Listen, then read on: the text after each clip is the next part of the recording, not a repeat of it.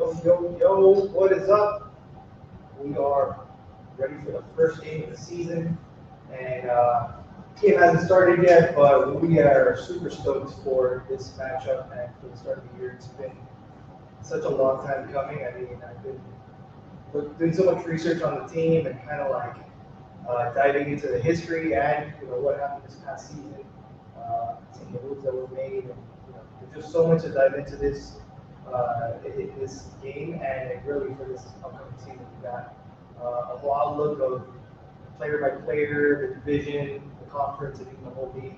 I know that there's some of you that are hoop sickos that stayed up until 10, 11 at night yesterday watching that season opener between the Thunder and the Rockets. I mean, what a way to kick off the season with a double overtime matchup. It's incredible. And it really panned out to be everything you expected. Kevin Durant got his, Shea struggled, and then he found a way to get back into it. And you got those role players that just kept those guys in the game. It's insane. It's really incredible to see that kind of a matchup to kick off the year. I didn't really get to tune into the Lakers and Warriors game. I saw some highlights. But yeah, I mean, there's just a lot of excitement here for the NBA season. And we'll be joined soon by one of the members of the team, Junior Alonso. And we'll get to it once the game kicks off. But if you guys are watching live on YouTube, you can chime in on the chat. We'll be looking over the comments, and if you have any questions, if you have any kind of thoughts that you want us to cover, let us know. But yeah, we'll get started as soon as this game really goes through it.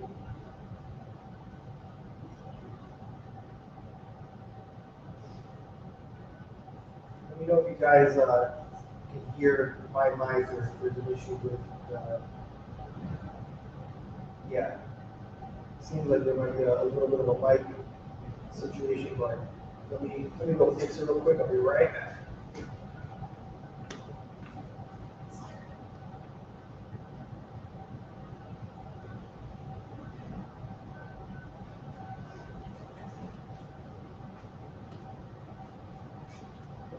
Check, check, check. 1, 2, 1, 2, 1, 2. What's up, guys? Let me know if the mic sounds a lot better now. Got some text that was a little bit low, but trying to troubleshoot this before the game gets started. Let's see this other mic works, huh? Check, check, check. 1, 2. Sound any better on this side? I'll switch sides and everything. Go.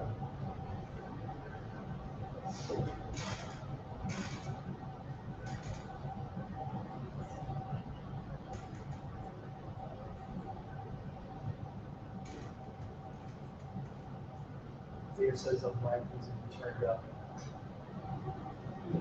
Turn.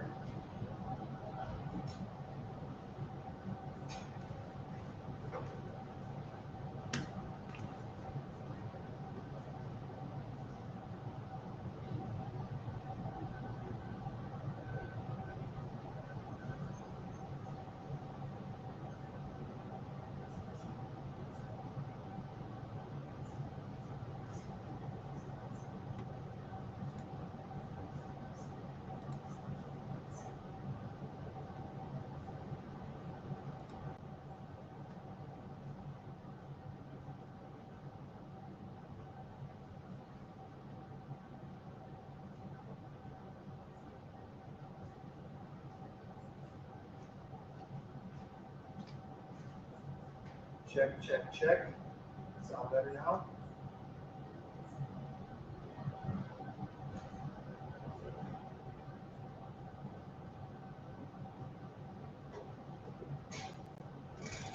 Take the switch. Hopefully that sounds better to you guys. Make sure that everything's clear on the chat.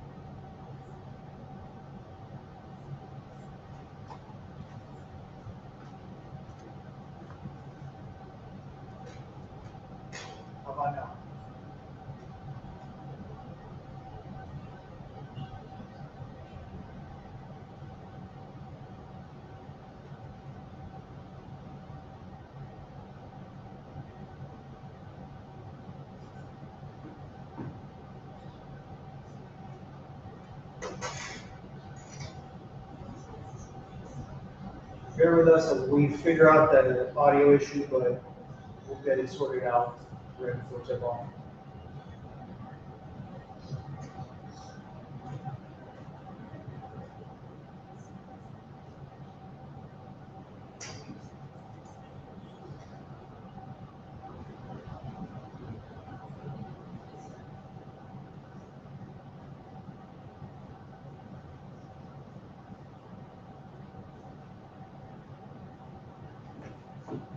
Right now we got La Julia, this is water. But might switch it up in the middle of the game, especially with the audio now working as it should, but see it's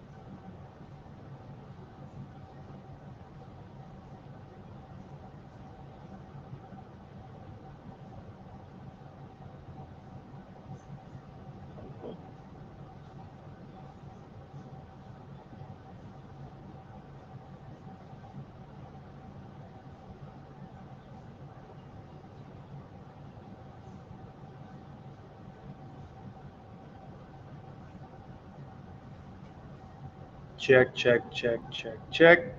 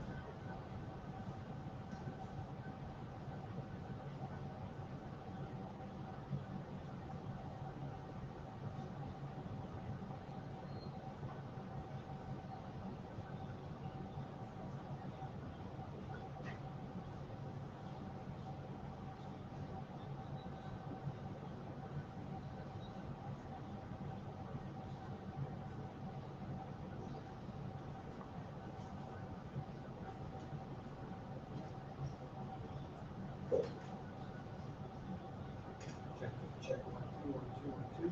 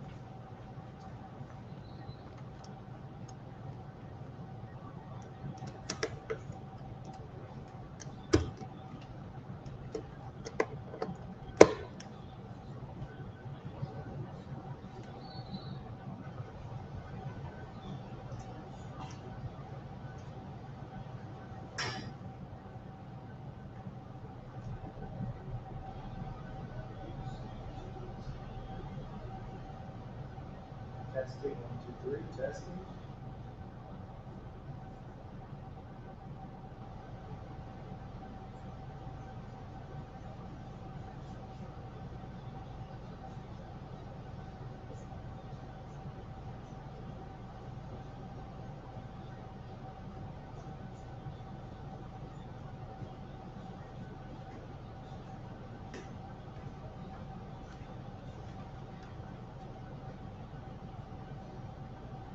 If you're tuning in, you don't see anything on the live stream yet. We're having some technical difficulties, but we will be on relatively soon. Another game just tipped off. We are at 3-2 right now with a booth review. But yeah, just hang tight and we'll be live.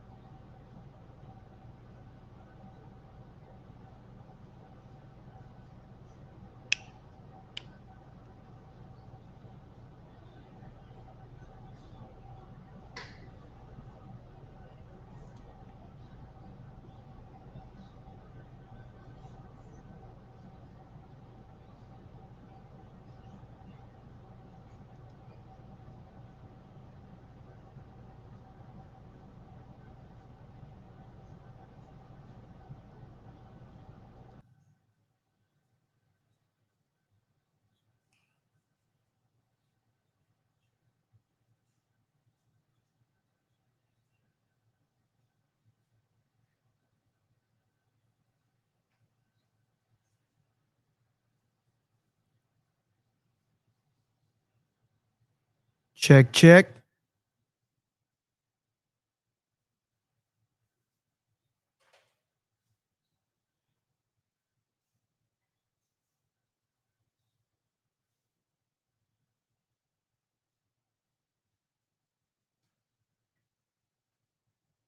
What is up, guys? We figured it out. Let me know if you guys can hear me in the chat. But sorry for the technical difficulties. Sweet.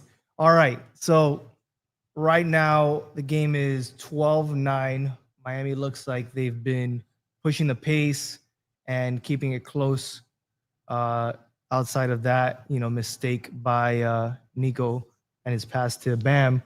But yeah, it's an exciting start, honestly. This team has a lot to prove, and they don't have the distraction of last year.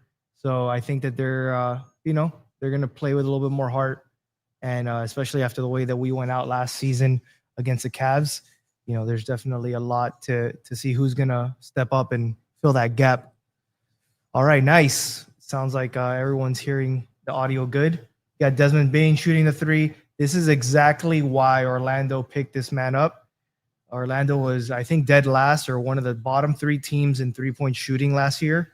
And he just brings that to the table. Meanwhile, we got our own guy in Norman Powell just answering right back. So this is a nice little duel that those two will have tonight with just like sharpshooters that can get a bucket almost at will. And this matchup actually is going to be super interesting. Wiggins versus Wagner. I mean, as you know, Wagner, he's been on the German national team. He was just in the Eurobasket. And the dude is a legit, A1, A2 kind of guy. Like when Paolo was out last year, he was really stepping up, and he can get 20-plus points any night. And he's aggressive. He's not afraid to shoot the ball. He's not afraid to attack the basket. And Wiggins for Miami in this matchup tonight, he has to be the guy who defensively makes it tough for him because he's still going to get his buckets, but it's going to be a challenge for him. And Miami needs to make sure that we stop their wings. You got Jaime checking in, who, breaking down Jaime, he had a rough year last year. He had the sophomore slump, and I think that this year, I predict he'll have a bounce back year, and it's not like he needs to break out and be scoring, 15 or 20 points, but he just can't be scoring under 10 points and go through those scoring droughts like he was last season. I think a lot of teams just figured out that he would drive too much and would seal off the paint. It looks like Miami's running the offense very early and often through Powell right now. Obviously, with Herro out, they need someone else to kind of be the engine. And it looks like Powell is that engine right now. Desmond Bane with the step back three. The dude is lethal. So Davion's going to have to do his best guarding him. We got another member of the team stepping in soon. But we finally got it figured out. It was just a setting there, but just glad that they were on. We're live. We're watching Heat basketball, and you got Niko Jovic getting hit in the groin there, going to the line for a couple shots here. Welcome. All right. Let's go Heat. Let's go Heat. So far, so good. It looks like we're keeping it close. Thing is that these two teams honestly struggled on offense, especially the Magic. Like the Magic were, I think, second best defense in the league if you do it by like defensive rating last year. But then they were like in the low 20s when it came to offense, and their three-point shooting is terrible. So I think Bane obviously is showing early on that he's ready to step in and fill that gap. All the new faces. Yeah. This is what the battle of the turnpike, right? Yeah. As they've always said. It's funny, for so many years, the Magic have been like the little brother, but it seems like in the past year and a half, like they've been stepping up, and now it's Big time. not really that case. They obviously won the division last year, and oof. All right, Nico, this is what you need from him. Not even taking too many of them, but just when he does, hit it at a high clip. Luckily, the game has also like evolved, right? So we've seen the Euro guys take it throughout the years, and a lot of these stretches can stretch and keep stretching and nail the corner three or the top of the key too, because it used to be just the corner three, right? It was the most accessible one, the easiest one to hit. But after the Dirk effect, and all the guys that we've seen, whether it's Pelle Larson, Jokic, now the draft, dude. Oh, you're saying like all the Euro guys definitely the influence is there. You got these guys. Well, you're talking about Jokic's last Jovic's last hit there, and that's why I was like just like piggybacking off of the whole 100%. Stretching it.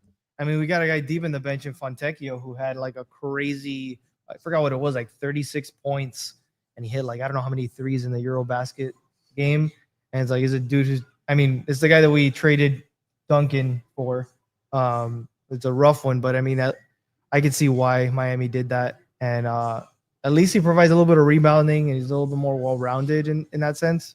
Maybe he isn't as good as a three-point shooter, but I mean, these European guys, they know how to shoot and they know how to pass. And it's just a different game over there. So the league is now that. You got to be able to. I enjoy it. Yeah. I enjoy the well-roundedness of it.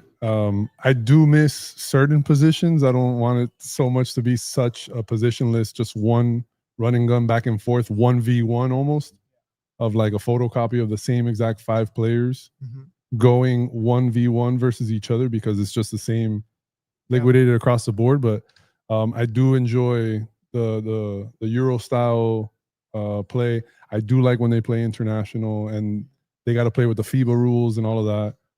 Some of the players do enjoy it as well. And so much so that they bring back some of that goaltending and everything from from the international game. Yeah. And I mentioned it earlier on. I don't know if anyone heard it because of the audio, but last night was the season opener for the NBA, and it was the Thunder versus the Rockets. And I mean, what a way to kick it off with a double overtime game. And the craziest part is seeing the new lineups that they rolled out. Like the Rockets had their smallest player was Amen Thompson, who was 6'7". Their average height was 6'10" or 6'11", because you had like him at point guard because they don't have Fred VanVleet right now. Then it was like KD at the 2. Then it was Jabari Smith at the 3. And then you had Şengün and Steven Adams at the 4 and 5. And it's like, what in what world would you have envisioned a lineup that's like 6'7" through 7 whatever? The Monstars. Yeah, it literally felt like the Monstars out there. But it did hurt them. It shows that there's still a spot for a true point guard, because Fred VanVleet bailed them out last season in the playoffs a lot of times, and you need a guy who can orchestrate the offense and be able to stretch it out too and not just clog it up. I mean, the good thing for them is, as big as they are, they all could, like Şengün made 5 threes. Dude's like out here having a crazy, he's probably going to have definitely another all-star year, but like a breakout year. He seems like he's a dude who's going to be like 20 and 10 and then plus 5 assists or something. Like, it's incredible. Who in this lineup, since I mean, I started talking international, I don't want to go off the walls there and then everything else, but in this matchup right here, who are you most excited to see develop their game? A couple key players, you know, the same way whenever we watch, we're like, the players to watch and da-da-da. But David Verhano's players to watch in the Battle of the Turnpike, per se. So that way it's not just Heat, but both teams. Yeah. So for the Heat, obviously, I think that Jovic, he just got paid. He got a contract extension. And I think that I'm excited to see if he's going to step up to that value. I still think it was a fair deal, but I think that he's an unlock for this team if he plays up to it. He's a guy who can really run it. He can play defense. He can pass it too. And he's tall as hell. Like, the dude is really tall. Like, technically he should be playing the 4 position, but he can kind of play anything between, like, he can run point at some points in the game. He could be like a secondary creator. But yeah, like you can see right now, he's up against Paolo, who's a beast. A hell of a matchup Yeah, for like, him. it's a tough guy, but I- ironically enough, like Paolo hasn't had like incredible games against Miami. He's actually kind of struggled in recent years. But as a player, like I think he's a dude who could be in like top 10 MVP consideration. He's not gonna leapfrog a Jokic or SGA or even a Giannis this year. But I could see if in the best case scenario, I see Paolo getting into the top 5 voting Conversation. Obviously, yeah. conversation. And then for the Magic, I mean, younger guys, I don't really know too much. I mean, Jace Richardson, they just drafted him. He was a guy who was on the Heat's radar, and they brought him in for workouts. And in the preseason game, he actually balled out. Son of Jason Richardson. Yeah. Yep. And so he Christopher looks, Columbus High School alumni. for sure. I believe so, with the Boozer brothers. Yeah, and he just played for Michigan State and got picked. His father's alma mater as well. Yeah. So he's a guy I'm looking. I don't know how much playing time he'll get today, but like in terms of young guys, those are the guys I'm looking forward to. More established guys, I mean, I'm looking at Paolo. I'm looking at Powell to see what he does now in this offense. He seems like he's just a perfect fit. Yeah, we talked about it before. Yeah. When you talk about certain Heat guys, etc., the culture. That's a guy that plug and play right there. Yeah. Two-way player, has that heart, plays with that grit. It also helps that he like idolized Dwayne Wade, and so it was kind that of might help for him. Like right now, Miami's going in a zone here. They know that it's tough to kind of match up, and it worked out. They caused that turnover, and this is what Mitchell does. He pushes the pace, and he's able to finish it on the other end. So that's what you want out of him. Speaking of Heat guys, yeah, dude, man, what an incredible run for him. Only 30 games, he was like averaging 50% from the field goal range, and then like 44% from 3, which you just can't expect that over the course of an entire season. But man, any glimpse of that is going to be awesome. So I'm really looking for him to be more of like that go-to defender. Like he's going to guard the best guard on the other team every night. And in like key situations, they're going to pull him in, and he's going to, come into a game late in the game and be able to, defend the toughest guy. Here's Nico for another 3. A deep 3. All right. This is the kind of game you want from him right now. He's 2 for 2 from the 3, and that's what you want. You want to stretch it out and then create lanes for other guys to slash and make some shots. See, look, that made no sense for Paolo to back down Mitchell and miss that shot. He has like a good 5 inches over him. And look, would have been a great opportunity there. Mitchell, obviously, you got to live with those shots because he was wide open, and the Heat are trying to push the pace a little bit more this year. And I think that this just something that you gotta take it as they come. He stripped it. Wow, I thought they were gonna call a foul there. So timeout. Yeah. All right. I'm slowing it down. Look, a 29-point first quarter for Miami is actually good. Like this is not common from last year's offense. But again, it's really in the middle quarters that it seems like Miami starts struggling. So we'll save it and we'll have this conversation in the third. Pause it. We'll check it in the third quarter. Yeah. The longest third quarter ever. You can't wait to get to jump around or swag surf in the fourth quarter because you're like, yeah. How long are these quarters again? 40 minutes? Yeah. An hour? What? There was just so many times that like the third quarter would come around and there just could be a drought of like 4 minutes, 5 minutes without scoring. And you're just like, all right, guys, this is how you put yourself in a hole. Or you have a lead and you just like completely decimate it in the span of a few minutes by allowing another team to just go on a freaking 15-0 run. So it's tough. Hopefully this year they don't, put themselves in that position. Like a few notes coming into the game. I already mentioned that the Magic were second in defensive rating last year. So like top 2 team defensively last year. But the Heat, as per usual, they were number 9. They're always like in that top 10 conversation defensively. It's obviously been our defense. I mean, our offense has been the problem for some years now. even with Jimmy as the engine, there would be issues whether it was off the bench or just stretches of the game. So I'm hoping with this new arrangement and with these younger guys trying to step into that role, and you're starting to see a little bit of a change of pace, that that changes a little bit. I don't even think the Heat need to be top 10 in offense this year, but if they're above 15 and they maintain that top 10 defense, like they're going to be, a formidable team, and they're going to be tough to beat. I don't think anyone that's a true Heat fan that like is logical is looking at the season as like a championship or bust. Like we're not expecting a championship run this year, but it could be one of those bounce back years where you just, we've been in the play-in for 3 straight years now. Like it'd be nice, and I predict them that they're not going to be in the play-in this year, and they could be in that 4 to 6 range seating wise.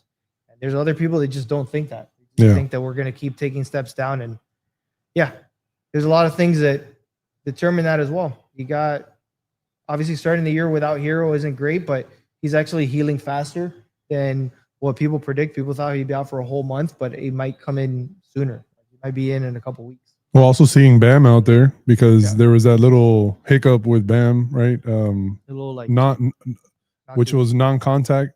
So everyone always freaks out. They said it was a knee contusion. Yeah. So I don't know if it like the reaction was later than it was, and it looked like non-contact, but luckily it wasn't an issue. So we're seeing the first minutes of Kel'el Ware now. Let's see if he gets a. Well, you got Norman Powell doing stuff like that, which is great. And you got Simone Fontecchio out there, guys. You got first sighting of the Italian sharpshooter out there.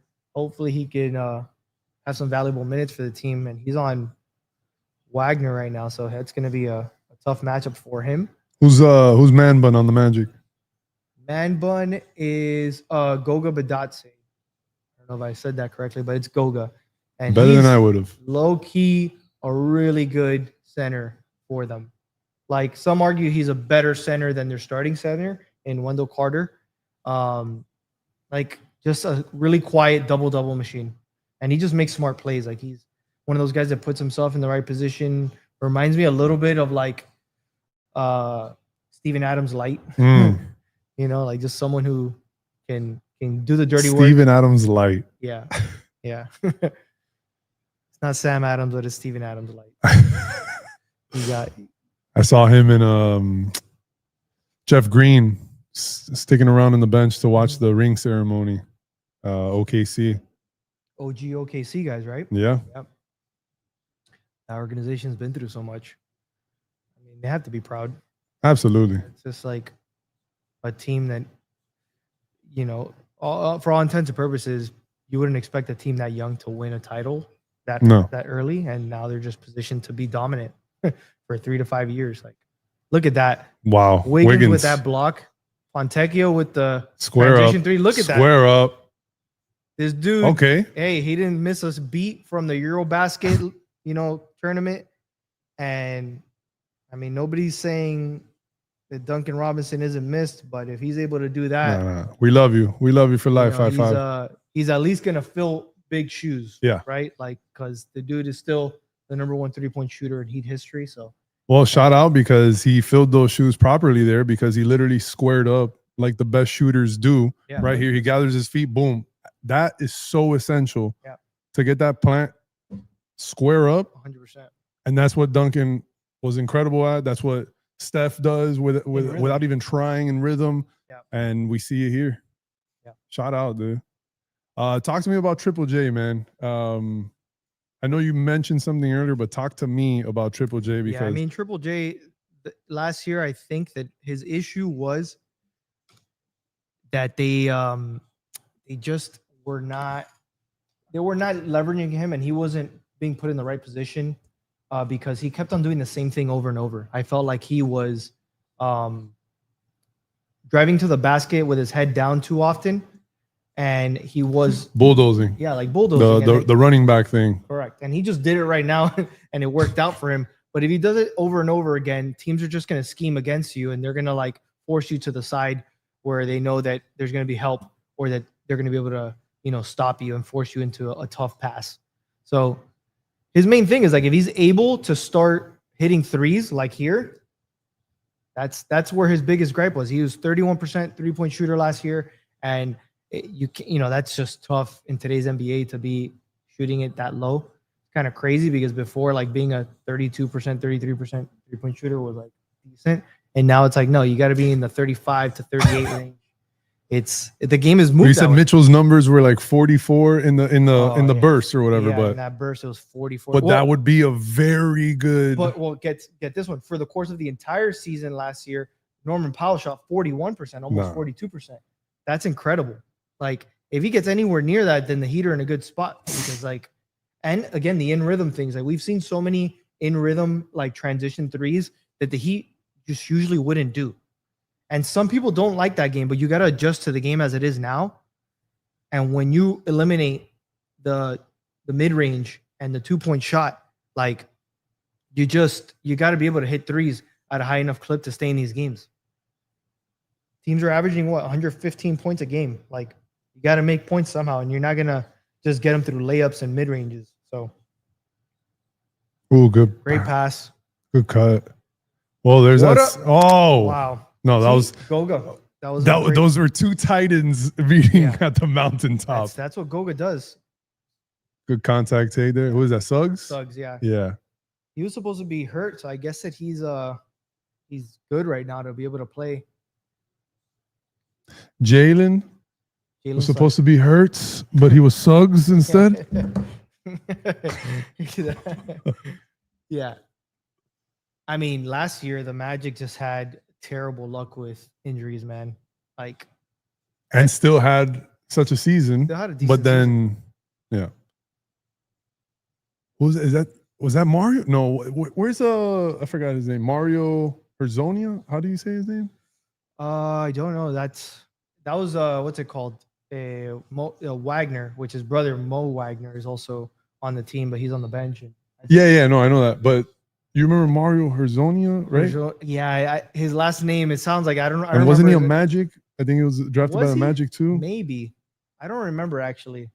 But I know who you're talking about. Yeah, very random. I just mentioned that, but it was all. Yeah, it was reminiscent of Wagner's drive. See right there, they stopped Jaime and they forced him into. They forced him into a tough pass, which led to that. So that's what Jaime needs to mitigate in order to, like, maintain his role on this team. And it was exactly what you're talking about, except this time it wasn't driving; it was dribbling with his head down, and he got himself into a trap. Yeah. And then it was a 3-on-1 fast break for the Magic on the other end. Yeah, the pass ended up hitting Fontecchio's foot, and then it led to this. So he has to be a little bit more aware in those situations.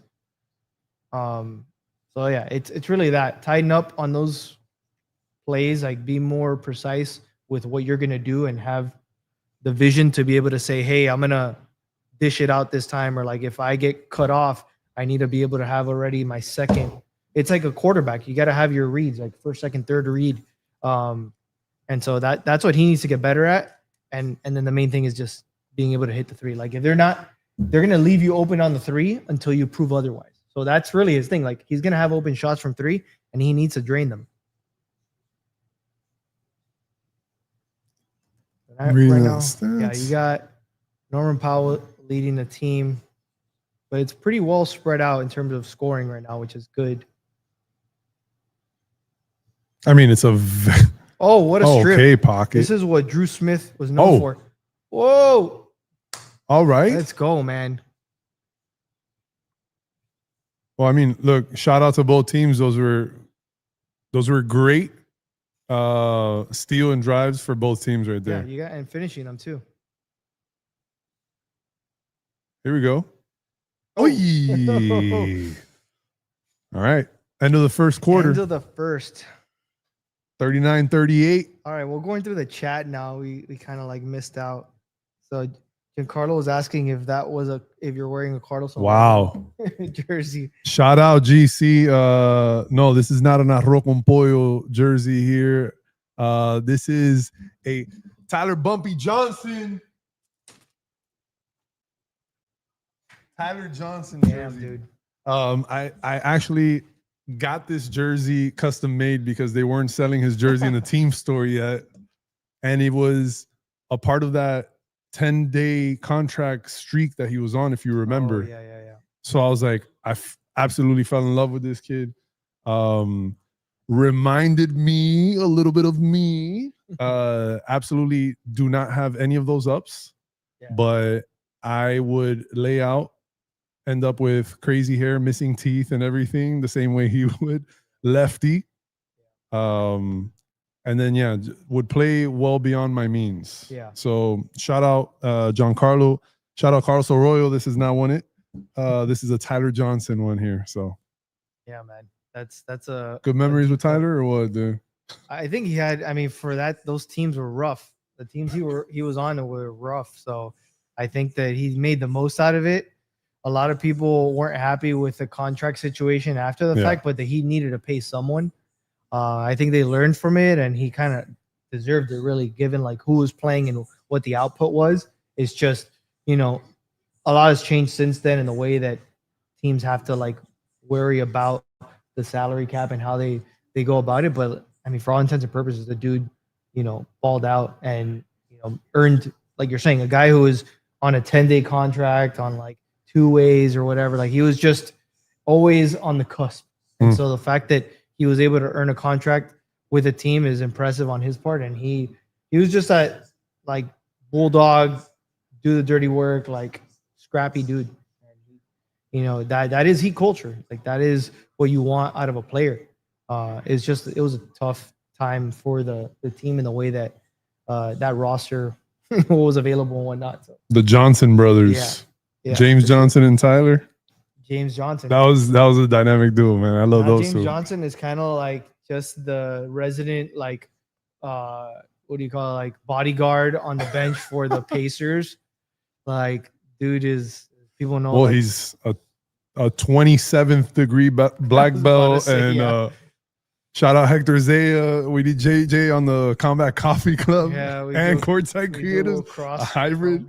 Bring them in. Widen the scope here, and we'll have both on both sides here. You got Andrew Wiggins here driving to the cup and finishing. I think that's a good thing. What's great is that he doesn't even need to be like the third best scorer on this team. Like he could step in and be third or fourth. And like if he's getting 18, 19 points for us, like that's great. Like his main thing right now, I think, is staying true to being a two-way player, like defend some of those wings and just like get those timely buckets when we need it, especially in moments like this when, like the rest of that roster right now, like look who's out there. I'm actually, that can never happen. Sadly, he got beat there, but Paolo Larson's a guy who I'm looking forward to making like a little bit of an improvement this year, because this kid has all the tools that you want in a player. It's just stringing it together. But he actually was on the Swedish team for the Eurobasket tournament, and he was playing really well. You got Ware jacking up a three, nailing it. Like that's a problem for other teams, and we haven't had a guy like that in a while. So it's incredible. It also takes the pressure off Bam and forcing him to make all those threes. Like it opens it up for him.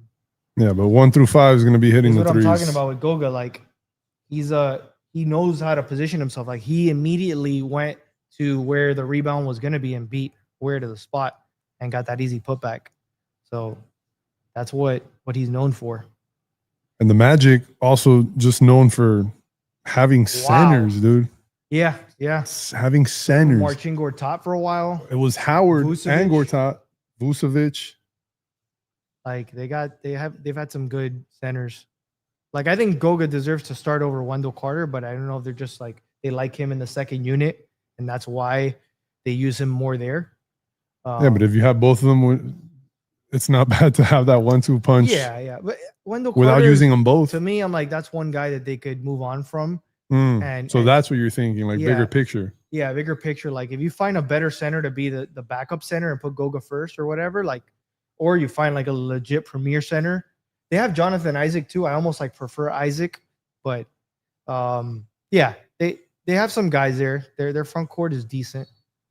Obviously they're better in their wing position with Wagner and Boncaro. Like, those guys they're A1, A2 guys. But Paolo's the main dude. Like I think that The way if you look at his stats the beginning of last year before he got hurt, he was like averaging 30, 40 points a game. It was ridiculous. All right. See if we could push the pace here. Oh yeah. Wow. Big take. That's a tough finish. Where's he from? Italy. Oh, like directly? Like Yeah. he didn't. I mean, obviously it sounds I like a think very so, yeah. Italian name, but I Yeah. didn't know if he played college ball somewhere. No. I don't know if he played college ball. I Look think he this might guy have. up. We could look it up, but he I know he just played for the Italian national team on the Eurobasket tournament. Oh yeah. That's a pose there. It's a good pose. Simone Fontecchio, Yeah, he already has 4 points. Pescara, Italy. Yeah, dude. The whole way. Wow, that rimmed out. He said the Chris Italian Wiggins. record for points in a single game. 6th best performance by any Italian ever. Yeah, it was incredible. Sheesh. Where dishes it up? You got Drew Smith out here. I mean, this kid, if he stays healthy, he deserves this spot because he's just like he's been cut, he's been hurt, and he finds a way back on this team. Suppose like it's he's probably the guy that's been cut from the team the most and found a way to get back on it, which is he's like there's a little bit of something to be proud of there. If like you never quit. Demolition Man. Yeah. Where for 3? Bounces off the back iron. But yeah, this is the pace of the game now. This is like it's a very different style of game. Oh yeah. And you're not getting Ware just posted up in the paint and backing down and doing that. Even when Bam gets in there, it's really like him at the free throw line or the corner elbow and it like deciding, almost using him as a hub where it's like, all right, am I gonna like jab and pull up for a jumper or like wait and do a dribble handoff and set someone else up with a pick? Like that's what Bam's role is, and Ware is more of like he's kind of like either all the way outside or all the way inside, and you try and find him for a lob or you try and catch him outside for a 3. But we have more versatility with the big man right now, so I think that's a good thing, honestly. No, and everyone is really living up to their roles here. And what you're saying about Smith, he's a dog. They just showed Mitchell again. You have everyone having such a cohesive experience in this camp, as I heard, like from the reporters and everything. Yeah. Everyone is finding out their own individual roles and finding how to complement one another. We've seen it in some of the breaks, and the game is completely different. It is. The ISO that used to happen at the right around half court where they would be coming up and then Yeah. Clear it gone. out. Yeah. Gone. It was 39-38 the first quarter, where it used to be 22-16. You know. Yeah, exactly. The pace has gone up. Like teams are averaging, I think it's 115, almost 115 points per game. They're the pace in terms of like how often and how fast they're shooting the ball has picked up. Like you're seeing shots happen almost like goes back to the D'Antoni era of the Suns and the Rockets. I think the Suns were the ones that spearheaded that 7 seconds or less. Like they were obviously you got when you got Steve Nash just running that and had 1 or 2 MVP seasons out of it, like that's also a benefit. Like you're able to do it, but that's kind of it now. It's the high octane offense, and they're just like gunning it. You cannot sleep. Which the funny part on the other end is you notice that there's a lot less offensive rebounds, and because people aren't they're not sticking around. And even box outs. Outs are way less. They're not sticking around. They're like just running it the second the ball goes up. You see more box outs happening past the free throw line than you do in the paint. Yeah. Where it's like where you always taught to Yeah. you get near and around the hoop, the basket. That's where you like no, you got people boxing out like at the elbow corner 3 because it's the one that just shot it. Yeah. And what do they say? Long shots equal long rebounds. So you gotta be in position to get them when people are jacking up threes more than ever. There's literally no excuses nowadays to not get back when you're already so pushed back. Yeah, there really isn't. Like you have to be sleeping, you have to be really not paying attention, have like really low awareness, and so and also when the top teams, like, fine, there's teams out there that you can almost like sleepwalk and stay in it and probably win. There's bottom of barrel teams, but you look at the top teams, you look at the Thunder, and they're gonna pick you up full court. They're gonna like pressure you into situations, so you cannot be. They're not only gonna pressure you, like they're ready the second they force that turnover, they're gone. So you gotta be, if you want to contend, you gotta be at that level. And the Pacers did that well too. You got Andrew Nemhard, that kid, and so did TJ McConnell. Like those guards were just like crazy at that, forcing turnovers and just being pests. You need those guys on your team, and we have one in Davion Mitchell. We have some wings also that are good at staying in front of their guys. So Heat Nation traveling well over to Orlando as they're showing a couple Heat fans in the crowd there. What's Buddy's name from the Pelicans? Little Jose Alvarado. That's King Pesky right there, Yeah, right? Like, man, that dude just would even like wait on the sidelines sometimes, like hide behind people. Creepy. It's just ready to go. By any means necessary. I mean, that's just pure heart and pure hustle. That's how that guy, because he's not even like the best shooter or scorer, but he's on that team because he does all that. Yeah, that's I believe Nate Robinson's book was Heart Over Height. Yeah. And that's one of those Damn, bro. instances right there. Great There's hands by the hands Magic everywhere. here. Hands everywhere. It's so chaotic sometimes. Yeah. Sometimes it looks like a youth basketball game. Look at Goga with the putback there. Always around. Yeah. Always around. Yeah. Yeesh. Speaking of boxing out, like that's a guy you got to box out. Like if not, he's gonna be the one that just positions himself and box you out. Like also, he was for sure just watch him. showing Look just where the he was. fundamentals. Look where he Coming was. across, tracking that. Yeah. I mean, Paolo, One-handed, soft touch, like all of that. how Like much Paolo could do, but he, in terms of like with the position he had, but if he would have put himself in a box out position, is different. they'll still call over the back. Yeah. If exactly. you are in a box out position and Yeah. someone goes over the back. So Yeah, man. See that? Nico, he's probably gonna take a 3 here. Yeah, it's that was not a nice possession just because you saw the ball get stuck. Wow. This Mitchell kid's out of tough. position, Paolo not set is- for the. Paolo is his body is insane in terms of like just his height and how like sturdy he is. Like, look at that. You're not. I mean, that was to Davion Mitchell. Look at the size difference. This guy's gonna bulldoze you. And he didn't have his feet squared, so you can't get the charge there. And I know he wasn't shooting. Like I was talking about Fontecchio. Yeah. But he was squared up in that drive where he's like Euro stepping, still was facing the basket. Mitchell backpedaling. That's why. This is what Paolo's good for. Like, Magic run an 11-0 run. You need a guy to stop the bleeding and get a bucket any way possible. And he created space with that mid-range jumper. And I think that's the kind of like poised veteran that you need on a team, especially in the absence of Tyler Herro. Like even getting to the basket there, obviously you didn't finish it, but that was a good positioning. You know. Is Bane back in the game? Yeah, Bane's right there, number 3. Craziest. What body part is that, dude? Tricep. Yeah, his whole arm.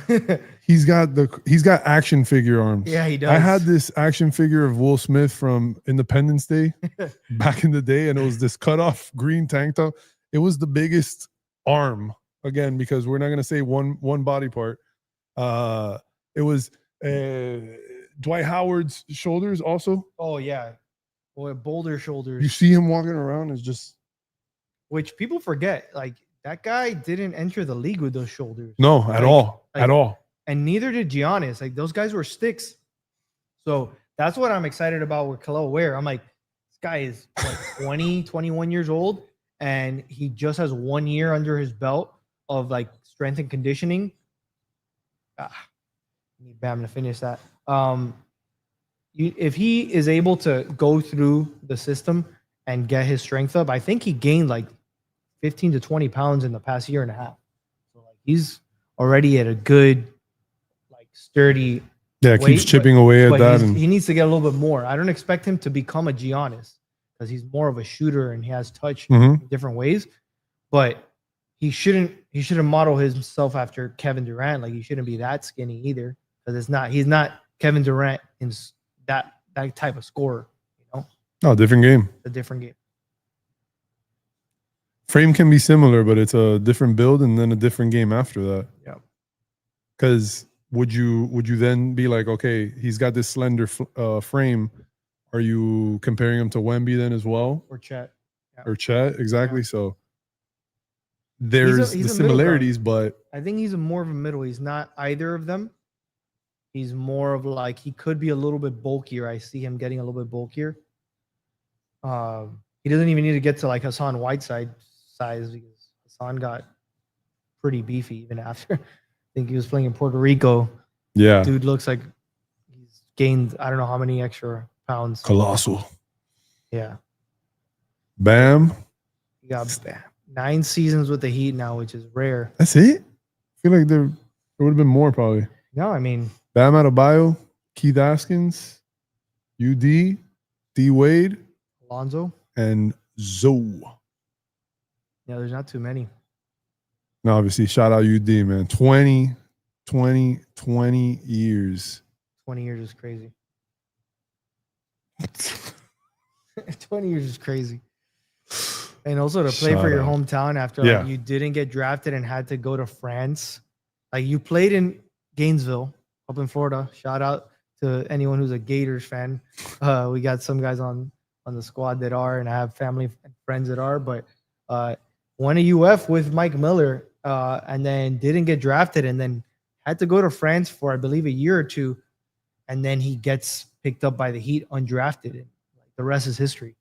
Talking about the weight that we were talking about, people putting on weight and et cetera, the weight that he took off. Yeah, he shredded. Yeah. To then, because you see those pictures, you're mentioning UF, you see him in UF, completely different physique, completely different person than who you know now. I'm traveled there. From Miami High to UF, there was more of that similarity, but he was growing into even more so in UF, and then got shredded. I don't know if it was before France, in France. I mean, even with the Heat, he was like still bulky. It wasn't like he got shredded toward the tail end of his career. Yeah. Like he took his physique and his health to another level. Yeah. But no, he was already like a changed man coming into the Heat. Correct. And then because the famous just, story. Like, don't mess around with that. They're like strength and conditioning is like one of the main things. What did I say? I don't know.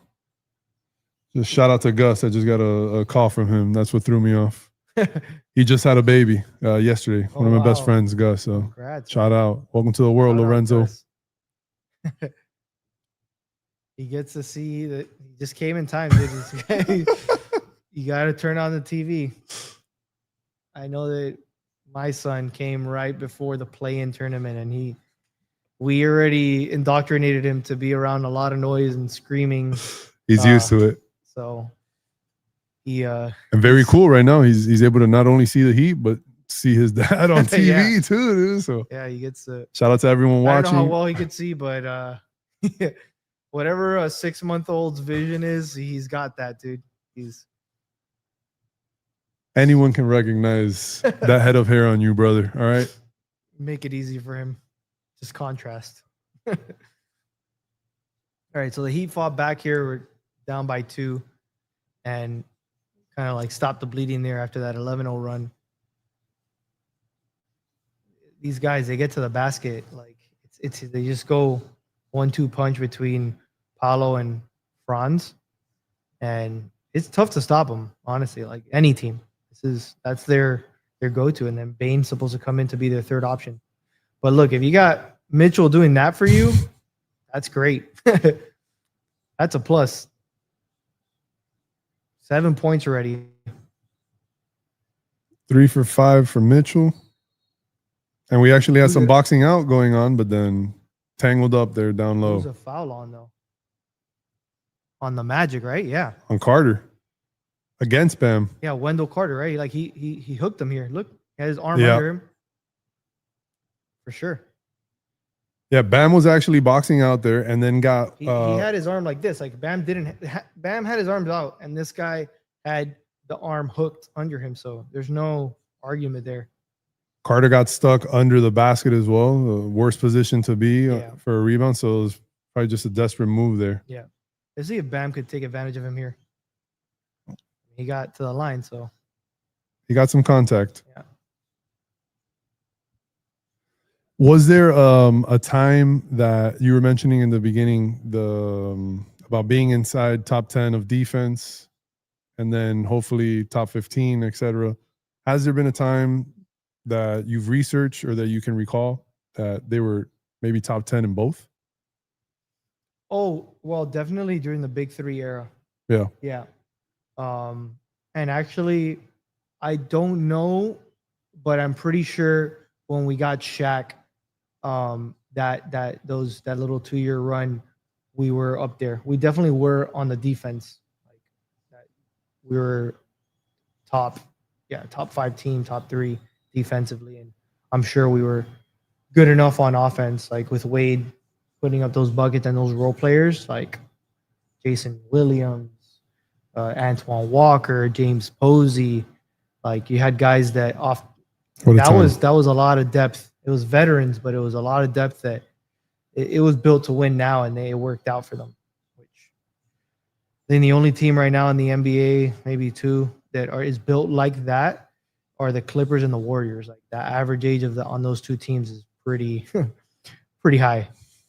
So they need a win now or next year, or that window's going to close for them.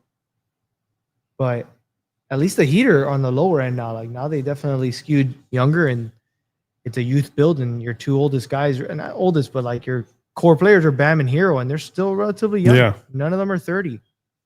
Bam is Herro's 25. Yeah, which was a crazy revelation.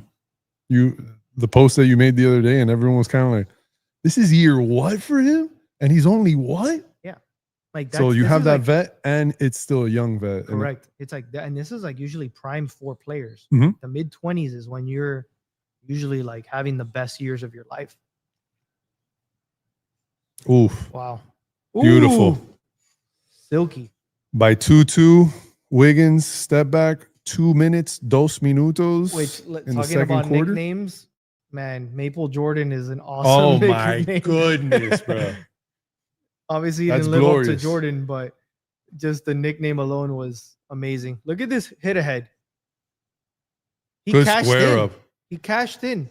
Smart play by Paolo, Yep. which he could have brought it down, and he just hit ahead to Mitchell. And look, we're tied again. Found the right man, made the right move. Yeah. Heat are definitely doing a little bit different of a offensive style here, and I think that it's good for them. I think that it was time for a change. No more of that ball getting clogged up and sitting around or people going into the corners, forcing not that they would just do ISO, but like having to be forced into an ISO because there's nothing else and nobody's moving. Like No, there's a more of a fluidity, and then also just like really seeking the next play or the better play. Yeah.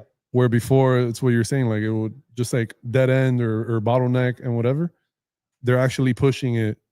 Yeah. To, I don't know, like explore the best play possible versus one and done, run and gun. Yep.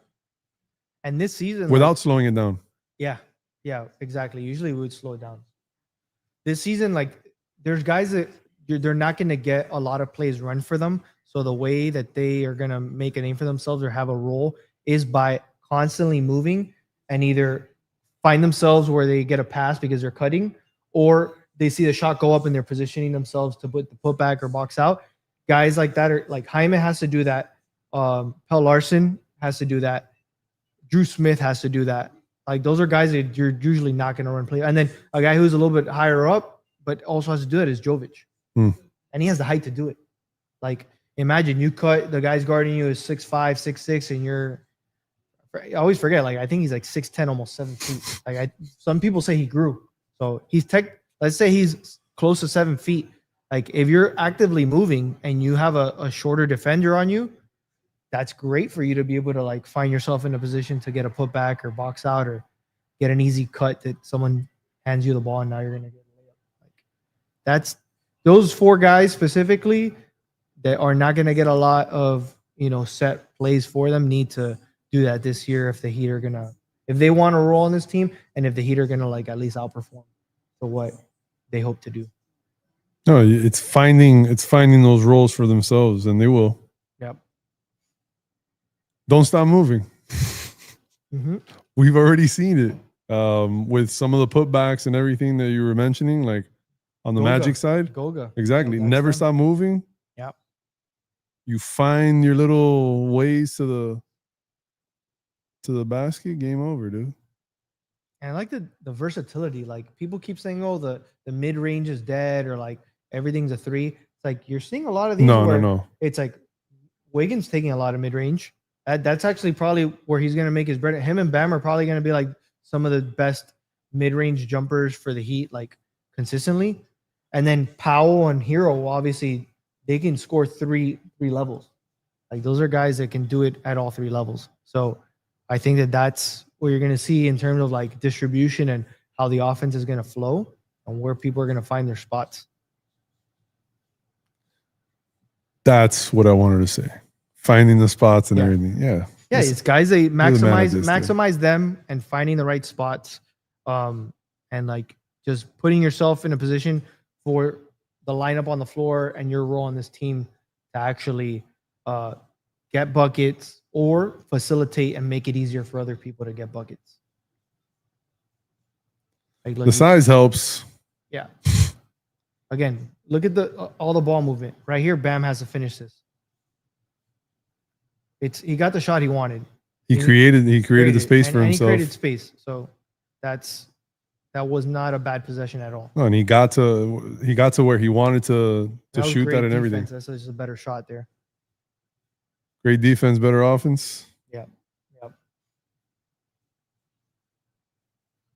Maple Jordan, a little short. Inside of a minute here, 69-65. Magic up 4. And coming up to the end of the first half. Wow, that pass looked like it was not supposed to make it. All right, good rebound. Let's see. They do a 2 for 1. 2 for 1, maybe. Yeah. Oh. I don't know if that was a smart shot, but I mean, hey, you gotta. They did the 2 for 1. They did the 2 for 1. So hopefully they don't foul here. They don't do anything. They get the last shot off. Still a 4-point game here. Is Magic Goga gonna set a screen and someone's gonna slash to the basket? Maybe. Okay. Good defense. Bain was feeling it from the last shot. 6 seconds. Let's see. It's gonna be a Paolo shot. Is he aware? From half court? Oh, front of the rim. Off the front. Nice. 4-point game. High scoring again. 69-65. Yeah, Magic up 4. 69 points is a lot. I mean, 60s is a lot. That means you're averaging over 120 at the end of the game. Yeah. And what you're saying was what, 115-ish was the average. Like, would you expect there to be a cold spell on either side that might bring it down to that range? But yeah, like obviously at this pace, the Heat definitely need to stop the Magic a little bit because at this pace they're gonna be like, 138. That's a lot. You can't allow 138 points. Well, I mean, hopefully, someone slows down, right? Yeah, I expect them to be a little bit of slow down, especially in the third quarter. Hopefully more on their side. We already spoke about our third quarter, this year we're not trying to have the third quarter. We're trying to change the narrative. We're trying to do some things differently. We always end up being the cardiac kids that, the fourth quarter, you're like playing comeback. So. Yeah, or relegating a lead that you're like, why are we here? We had a 15, 20-point lead. Should not be this close now. So, yeah. I feel like every fan base has that conversation about We suck in the second quarter. We suck in the first quarter. We suck in the third. Yeah, everyone that watches one team too closely is gonna have their, you know, their feelings about a team, and like who really plays perfect all 4 quarters. Like the team that did it the best last year was the Thunder. Like they just had a statistically absurd year. It was like amazing on offense and amazing on defense, and just played well throughout. But they didn't come without their shortfalls. Like, by the way, they went to a 7-game series against the Nuggets and a 7-game series against the Pacers. So it's not like, oh, they're gonna just like sweep teams. Yeah. And so even the best teams go through it and have struggles. So And how did that result for the Thunder? in a championship. In a championship. Shout out SP and the group over there. Because what you're saying, like the evolution throughout the years of what that franchise has done. Yeah. Tip my cap. And the guy who stuck through it, like, first of all, there's not many GMs or people that stick with an organization for as long as he has. It's been 18 years. 2007 was when he was hired by the Seattle Supersonics at the time. Went through Bring the him back. transition, through the relocation, went through him obviously drafting Durant, getting Westbrook and Harden, seeing that big three. They knocked on the door a couple times, and you can't be mad at it. It just didn't work out, and you wonder what would have happened if they would have re-signed him. And he even says it. Like I watched some of that starting 5 on Netflix, and he wishes that it would have worked out. They just, I guess, financially it wasn't in the books for him. But I also am kind of glad he went on his own, because he had the MVP year. Like he had to like kind of break free from the nest and be like the number one of another team. And he created like this. You think about step backs now, and you think about James Harden having a signature step back and creating the way he does. And people kind of, I'm not a huge Harden fan, but I respect him. And like the one thing that's slept on a lot is his facilitation. Dude he averages double-digit assists. And it's actually rarer these days than I'm used to. I don't know. I always think of like the Chris Pauls and the Jason Kidds and the Nashes that were just like, yeah, but double digits. everything has evolved since that as well. I think Halliburton's probably the only other guy that was like up there, and Trey Young For what? for assists. Oh, okay. Double-digit assists, like in today's game, where you just What in general you're saying? in double-digit assists. There's not too many point guards that are out there because of the positionless side of it. Wow. There's not a lot of guys averaging double-digit assists. I thought you were just like referencing people that are notoriously scorers or something like that, or No. Yeah, I would say like Trey Young and Harden are guys that you traditionally know as scorers, and you don't really expect, if you're like an outsider, to hear that those guys are averaging double-digit assists, that they're up there in the top 5, top 10 of assists per game, like for many years now, because you're used to them like jacking up threes and scoring and being volume shooters. So it is kind of shocking when you start looking at that. You're like, damn, there's not too many guys that are just like the floor general who's like, that guy's gonna get you. yeah, exactly what you're saying. The Chris Pauls that were used to Yeah. Steve Nash, you mentioned earlier with the Suns, and even those high scoring, it was high scoring because a lot of assists were being dished too. Yep. Whether it was like alley oops to Amari or dishing it out to the Matrix for Boris something. Diaw. Like, shout out, dude, Boris Diaw. Boris Diaw. I realized that I am a Spurs systematic player because my evolution of my games have gone from I'm international and I'm a Spurs player, because in my prime I was Ginobili. Yeah. Then I went more into like a Marco Bellinelli. And then now I've just been Boris Diaw Yeah. for the long run here. Boris Diaw, man. Who would you consider yourself? Because if I go back to LA Fitness of back in the days, I would maybe say, I don't know, like a Fred VanVleet or something. Probably. Yeah, someone like that. I mean, I obviously look at like the shorter, scrappier guards, like that just are. They don't have vert. They don't have. They're quick. They're agile. They have some range. They obviously don't have the strength to put up with some other like wings or forwards and stuff. But yeah, I mean, in terms of, I never played like D Wade because I just don't have that skill set. But the mentality of someone that's going to put their head down and try and get a bucket.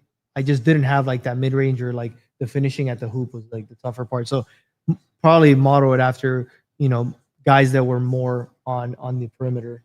There's not too many guys that I think of that I'm exactly like. Maybe like a Chauncey Billups, honestly. Like I in terms of like idealistically, obviously, like, big shot, dude. Like I was never afraid if the game is on the line. Like I'm willing to take it if like the best guy on the team, the main scorer, is like covered, or I'm not the guy who's like, give me the damn ball, but like I'm gonna be if I'm stay not, ready so you ain't I'm got to gonna get stay ready. dude. I have no problem like ice water in my veins if I have to take that shot, and I live with it if I miss it. Like that was always a thing, and you have to live for those moments. Like that's what you play sports for. Like I love those clutch opportunities and not being afraid of it.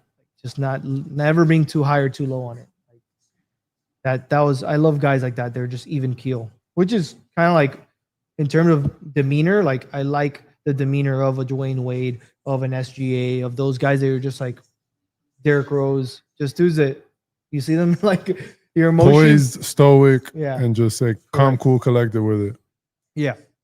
Although I definitely, when I was younger, I would allow my emotions to, yeah. If I was like missing way too many shots, or someone was just pushing my buttons, like there was always a limit. You had the There was a limit. the intention of a D Rose, but the execution of a Rasheed Wallace. Yeah. I wouldn't push people or anything like that. But I would, I mean, almost like you didn't want, I was never a trash talker, but man, if you were talking smack the whole game to my team and then we had an opportunity to like shut you up, I had no problem repeating exactly what you just told us to your face. Like it's that's part of the game. Like if someone's going to be out there, I'm not going to be the one out there looking for that kind of banter, but if hey, you brought this to the court, like we're going to lead with action, and then we're going to repeat what you said, just to remind you that you remember that. I don't hear you talking right now, man. It's like, it's you just like bringing back receipts to correct what happened earlier. It's the What about now, basketball huh? version of receipts. Here we are. Yeah. Checkmate. Mm-hmm. Yeah. I have some stats here while we're at halftime. I don't know if anyone Fire. is Fire it out. is breakdown of things mainly on both teams.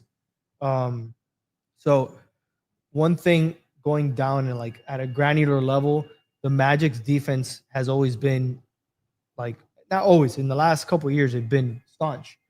And last year they had the lowest allowed assists in the league.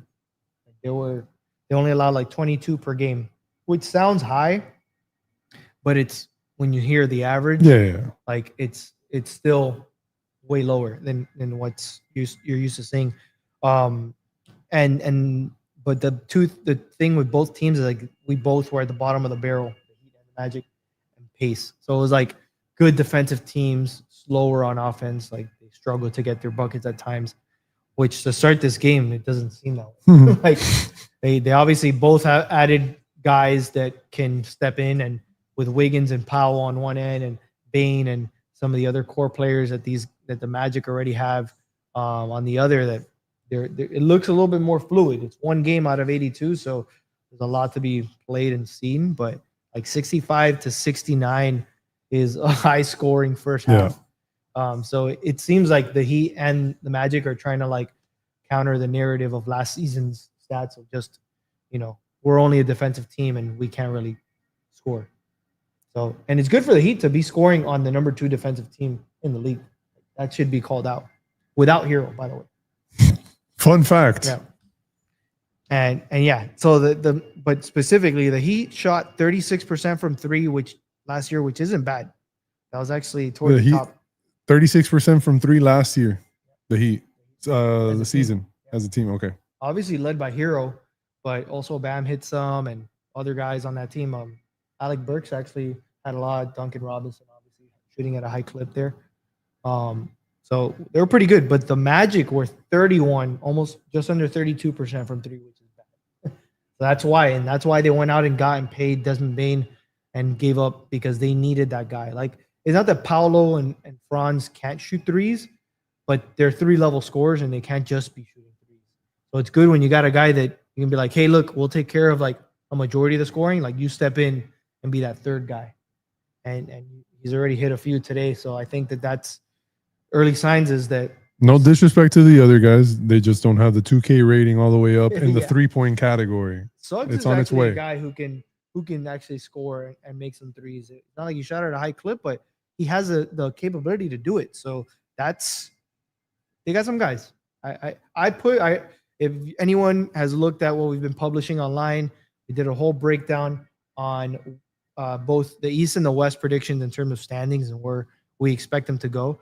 I predicted the Magic have the capability of being number 2 in the East this year, which is saying a lot. Like a lot of people think that the Knicks are in that mix, that they're probably going to be number 2. Some think they're number 1. I think the Cavs again are positioned to be number 1. Just they're a regular season team right now. They have to prove themselves in the playoffs, but in terms of getting wins throughout the year, like they're a deep team, and the East is shuffling. You know, we already broke down that you got major trades and major moves and major injuries that changed two teams that you would expect to be in the top 5 aren't going to be there, or you didn't expect the Pacers and the Celtics. Like those are teams that were easily going to be a top 5 team this year had it not been for their stars going down. And now the Celtics also traded away a bunch of guys. Like there's 4 guys from that starting roster that aren't there now. In Porzingis, in Drew Holiday, in Al Horford, and then Tatum going down to injury. Damn. So that's and I knew none of this except Horford. I saw Horford got moved. So the Hawks are a team that this year are poised to punch up because they got Porzingis. They added other role players, Nickeil Alexander-Walker from the Timberwolves. They added Luke Kennard, like a 3-point specialist. And they have young guys that are like rising up. Like Risache had a relatively good season last year, and he's going to be like their 5th, 6th guy. So he doesn't have the pressure to like play up. Jalen Johnson, low key, a hell of a player. Like you watch him play this season. And Dyson Daniels was in the mix for, I think he was a top 3 defensive player of the year. So, and obviously you still got Trae Young. So you got guys on that team that play different roles defensively and offensively and I just named 6, 7, 8 of them now that they're like, okay, so there's not a massive drop off. They're not like, I don't know, they have some guy like Vit Krejci, like, and they had Garrison Matthews and other guys. You're like, man, the little like auto-generated players. It almost sounds like from 2K. I don't want to diminish them, but like as an outsider, that's what it looks like. Obviously, they're studs, and they're still on rosters. Krejci's still on that roster. And Garrison Matthews is on another team now. So like they got guys that are gonna like be able to hold their own. I think their biggest weakness for the Hawks was they go to the bench and then there's a massive drop off. And now they got guys that could at least keep it pace and stay in the mix. So this year, the Southeast Division is no longer a joke, specifically like with the Magic and the Hawks. Like they're 2 teams that are technically projected to be better than the Heat. So, and before it's always been like the Heat are just really controlling that spot. It's not like the divisions matter that much, but yeah, like this is now a tougher division than it has been in, the 3 years and before that. From your original standings that were done in the preseason, when would you possibly like reassess? Are you typically doing that around like All-Star break and all the deadlines, etc.? All-Star break. I love doing it before the season because I'm going to be off. There's no way. What were you called? The way too early? It's always way too early. It's way too early to even make these predictions. Your awareness of that is what is even more inviting. Yeah. And what should be more welcoming to everyone else, because it's like, we know it's ridiculous, guys. All right. We know, like, like I'm putting the Heat at 6, and some people think they're again a play-in team, and some people think that they're a top 5 team. And then like I found that middle ground that I think they're going to be fighting for a 6 or 7 spot and be outside of the play-in and make the playoffs outright this year. I just think the East is open to that. And as outside would be 8 on the bubble, 9, right? Yeah. 8, 9, 10. 8, 9, 10, right? Yeah, 8, 9, 10. That's the refresh my memory. The last week, of the season is the play-in, Yeah, it's like an extra little pocket where they have like which a was fun as hell, honestly. Yeah. Like all those games. Yeah, like obviously for the Heat, it's worked in our favor. Yeah. But like 3 straight play-ins where we make it out is kind of crazy. Like those are do or die games that you're playing and finding a way to win, which is fun. You want that. You want like a team to be hungry and fighting for it. It's like the wild card for baseball, right? Like Yeah. play that 1-game wild card. Like All the marbles in it. Your whole Yeah. season, etc. Winner Yeah. go home. All yeah, because then you go into a series. It's like no, this is the first time you get to say like this is win or go home without it being a series. It's a cool little. every time it's a series, I don't care if it's one versus 8. No disrespect again to the hard work that it goes into being won, but that same 8 can be won next season, vice versa. When it's a series, it's 0-0. Yeah, exactly. Yeah. It's 0-0. You go to overtime, it's 0-0. Forget the last 4 quarters that happened. You mentioned opening night going into double overtime. We're here now. 0-0 every time. The Every Pacers, time. man. What the Pacers did last year was incredible. Like, I mean, if you had to bet money and you saw the way that the Cavaliers beat the Heat in the first round, you're like, oh, these guys are steamrolling to the Eastern Conference Finals or the finals. And then they met the Pacers, and the Pacers beat them twice at home, started 2-0. And it's like, whoa. It's all about matchups. It was all about matchups. The amount of times that we've been pitted 1 versus 8, 2 versus 7, whatever, and we're like, The Bucks. we love this. Like, Yeah. So it is matchups. It is matchups. All right. So. all right, I gotta go to the bathroom. Hold it down. Yeah. BRB. We kick back off the second half. It's a 3-point game.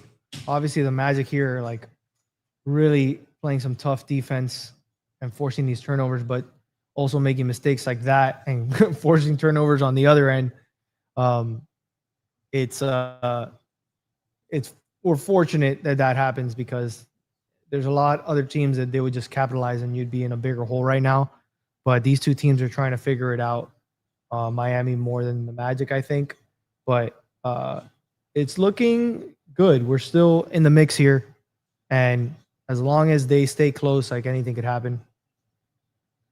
And Nico has to finish that. It's good that he's cutting. Like they're making the right plays. It's about finishing at this point. Paolo, that's a freight train coming down the lane. Dude is big. Yeah, again, getting to the spot but not finishing. That's tough. This is hopefully it doesn't continue the rest of the quarter, but this is the little bit of an expectation from what you see in the third quarters of last season and years before. Looks like Powell got another foul here. Needs to be a little bit more aware because you don't want him to get into foul trouble. A little bit of a flop there, I think.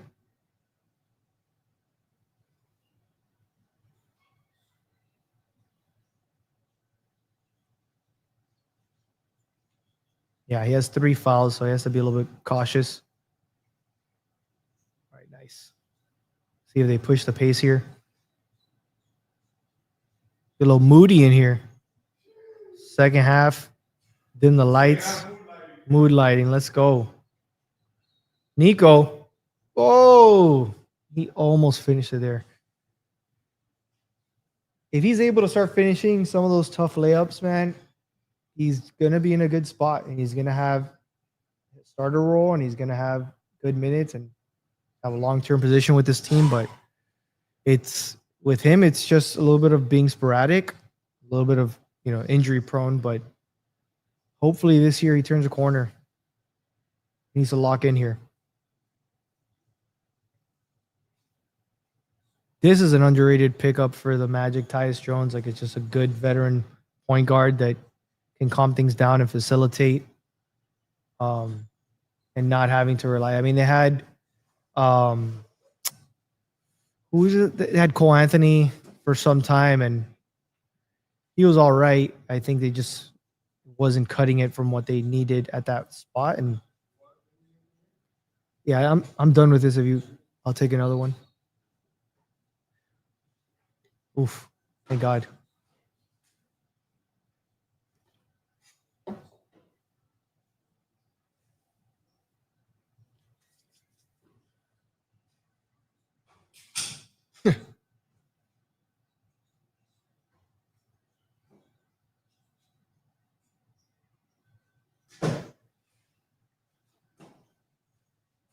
What is Franz trying to lob it to Tyus Jones? That should be the other way around. Like, it's not the right move. Like, you could tell it's two teams that go through these stretches offensively that don't really vote in their favor if they want to keep scoring buckets. Oh, nice pass. That's a beautiful pass by Mitchell to Bam, and just drawing the attention to, like, open up the lane like that. We need more of that. He needs to be able to probe and create those opportunities. And I'll take that all day, honestly, with Wendell Carter, being the guy who they go to for offense. I don't think many teams are too afraid of him, but the Heat, if they can force that more often, he'll be in a good spot. Nico getting pestered here. He needs to find a way to control the ball there and not just give it up. There it is, dude. Hey, we got The second half is underway. what a pass. And one. We're putting it up in the air. This is the good juju smoke. For the second half. The second half vibes are 72-72 good juju smoke out in the Check air. out this replay. Look, the hit ahead here to Wiggins, Mitchell with the vision, And one? And one. Good finish. But this is what Mitchell needs to do. Push the pace. Just disrupt. Previous play, he probed. How did we get that ball? Sorry to cut you off. It was a miss by Wagner, and he just got the rebound and hit ahead. Okay. Like, that was also Wiggins being smart and running down the court and beating his man to the point, which is what we were saying. Like, you just can't, in the modern game, like, you can't get stuck on, like, looking at the ball or like not losing track of your man, because he could be on the other end, and that over the head pass. Also, something that as simple as just like coaching kids to do it, but finishing strong, no matter what. Yep. No matter what, because you don't know if someone is coming for The block. that block from behind, the LeBron block, like, or what. But him being able to finish strong, get the bucket and one is important. Yep. It's elementary, but that was Wiggins, dude. What year is he in now? Like 14? Like, I don't know. Yeah, he's double digits for sure. Yeah, he's up there. And the fact that you're still finishing with the basics of is, I love Maple Jordan. Yeah. I've always been a Maple Jordan fan. I mean, that run he had when they won the title, he was incredible for them, like in that finals run for the Warriors.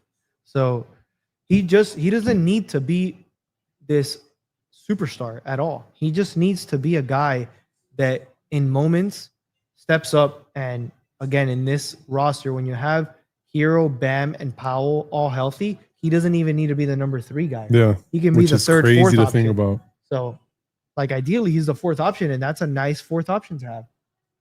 So, it's just about everyone else. For a guy that still has so much left in his game, obviously, he's not. I don't know if he's at the peak that you're talking about with guys in their early 20s to their mid to late 20s. Yeah. But I don't think he's on a crazy decline either. Like, I think he's pretty much on cruise control for a little bit now. Yeah. And the fact that he's been the number 1 guy his entire time and can be in this role. Yeah. I mean, he wasn't the number 1 guy in Golden State. Yeah. But he was for a very long be, time. Yeah, he was drafted to be that guy in Minnesota. And he, there's just humble God. Yeah. He's a dude who is very talented, and he's a two-way guy. He plays defense. He's able to score at many levels, and it's a pretty decent showing so far. 11 points, 5 of 9, 3 rebounds. He has without 1 block. Shows you his defense there. Like, again, my prediction for him, as we've been rolling out some of these like player-by-player predictions on our Instagram, go check it out, is I think he averaged 18 points per game last year. I don't even need him to score that much more. I averaged 19. It's fine. And then you'll have some games where you're scoring 20 or like an outlier game against the Hornets last year where he scored 42.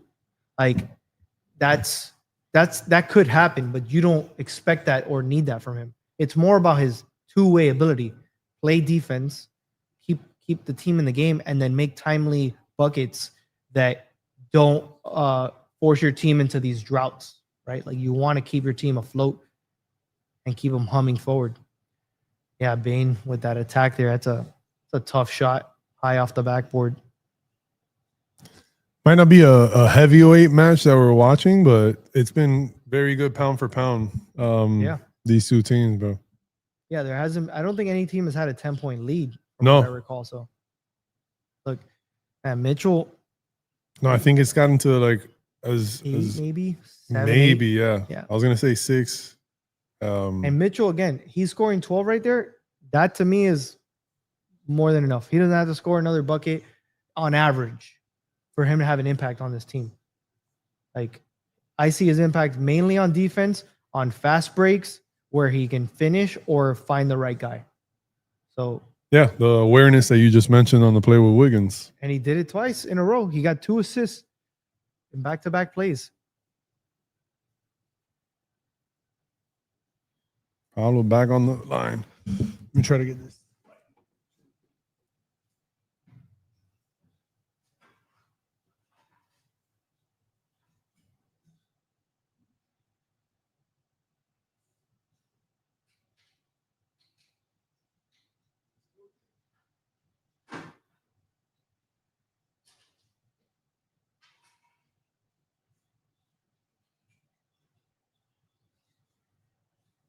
Mitchell with another bucket.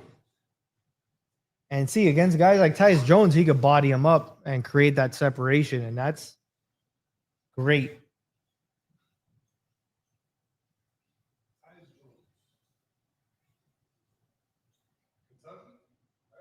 I don't, maybe, yeah, probably. Think so, actually.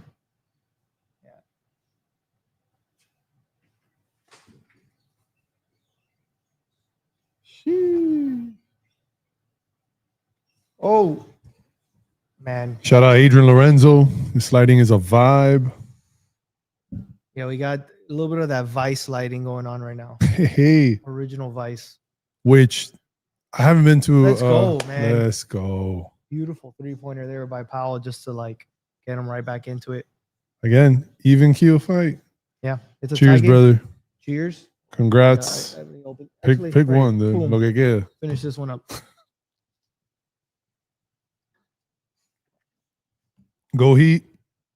Go Courtside Cre8ives. Go NBA season. Yeah. Opening night. 786 Sports.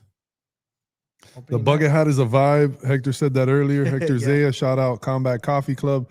The bucket hat is from opening night from the 35th season. So and we're entering the 35th season. Yeah. Oh, this year what they're celebrating is the 20th anniversary of the 06 team because 2025, 26.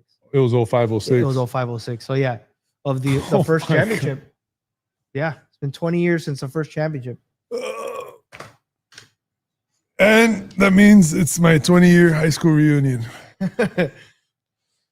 I had a great high school run where my freshman year was the Marlins World Series in 03. Oh, yeah. And then my senior year was the Heat in 06. Yeah. So that was, definitely an awesome run. 8th grade, heartbreak with Ohio State. Shout out Carlos Alfonso and the Gators that didn't go through that. Yeah. The Gators went through a crazy run at the time, both on football and basketball. Yeah. Ooh, look at good Hyman. move. What a move on Paolo. If he gets crafty like that, man, he's going to have a role on this team. How is that? Shaq says, look at that feet work.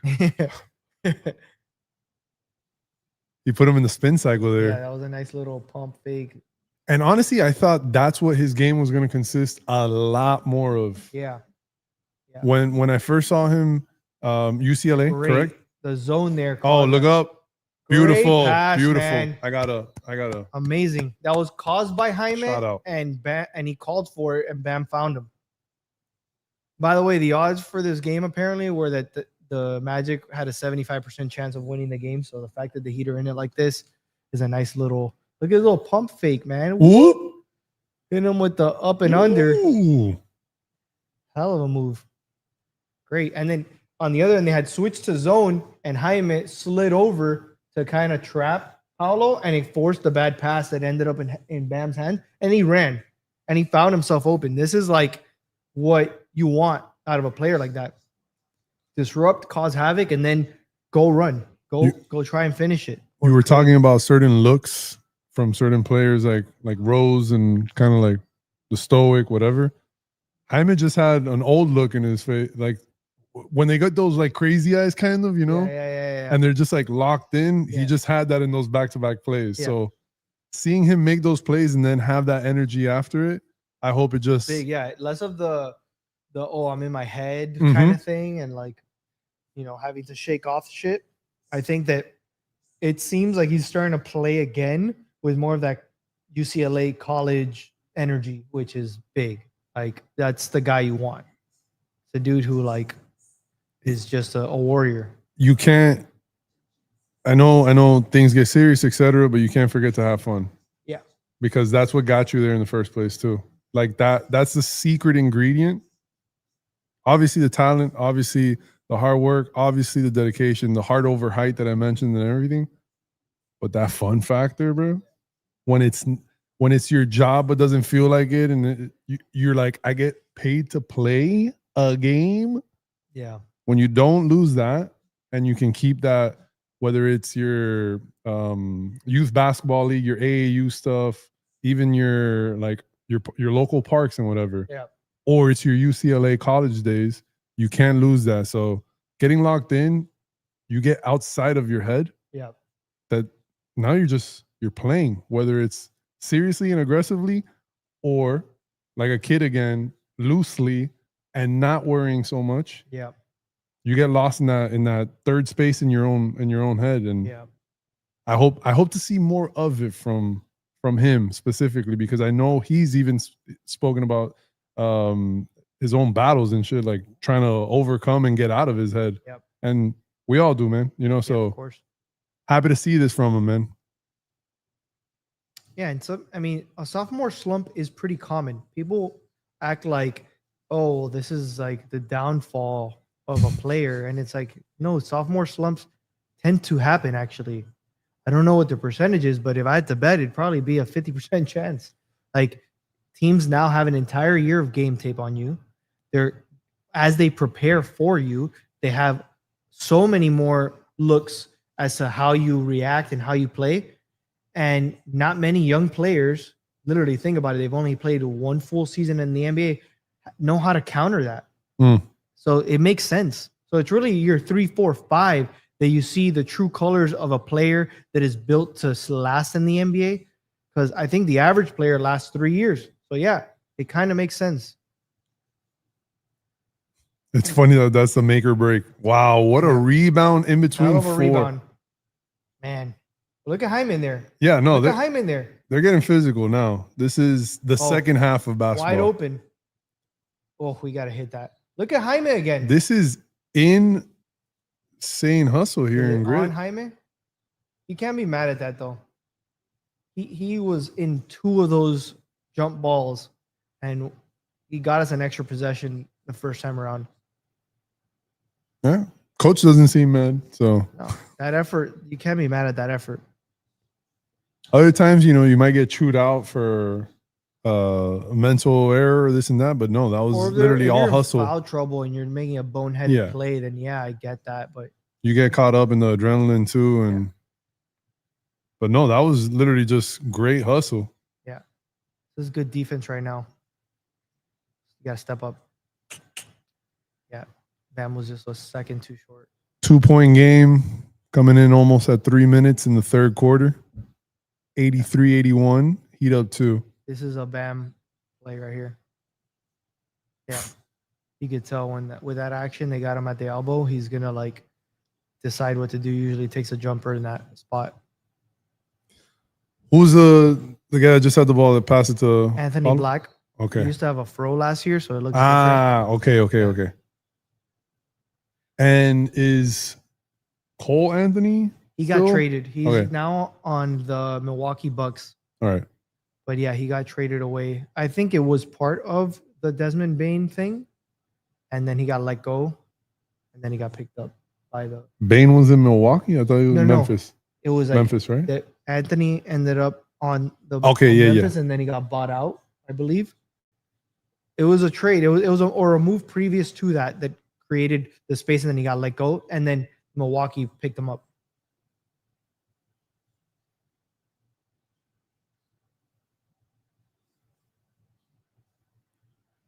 Isaac. Yeah. He hasn't played much, no? He started. No, yeah. But No, he didn't. It was Wendell Carter. He's like the third Oh. big now. I think he's good enough to be a second big. So I oh don't- my bad. I saw him first when I walked in, but the game had already started. So yeah.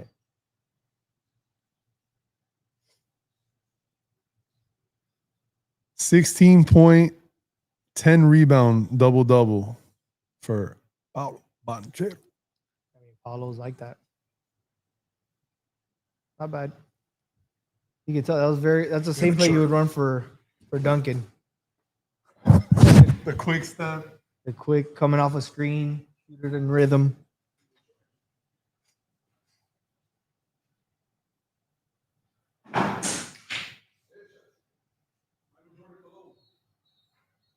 Offensive.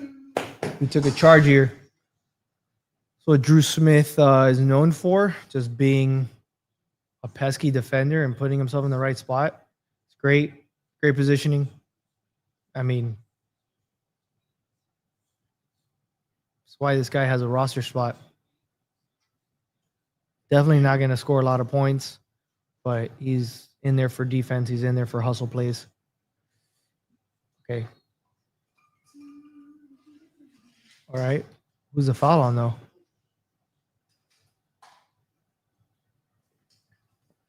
Nice rebound by Khalil Ware.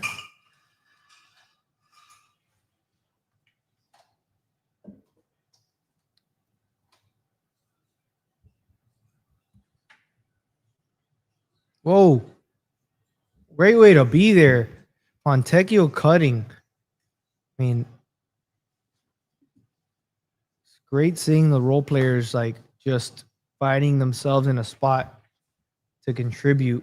Whenever you want to use it. Yeah, amazing. I think we'll get one soon. We haven't seen a Khalil Ware lob. I think we're due for one. I think we're due for one. Might not be this play, but it's coming up. Feel it. That'd be nuts if it just instantly happens. Yeah.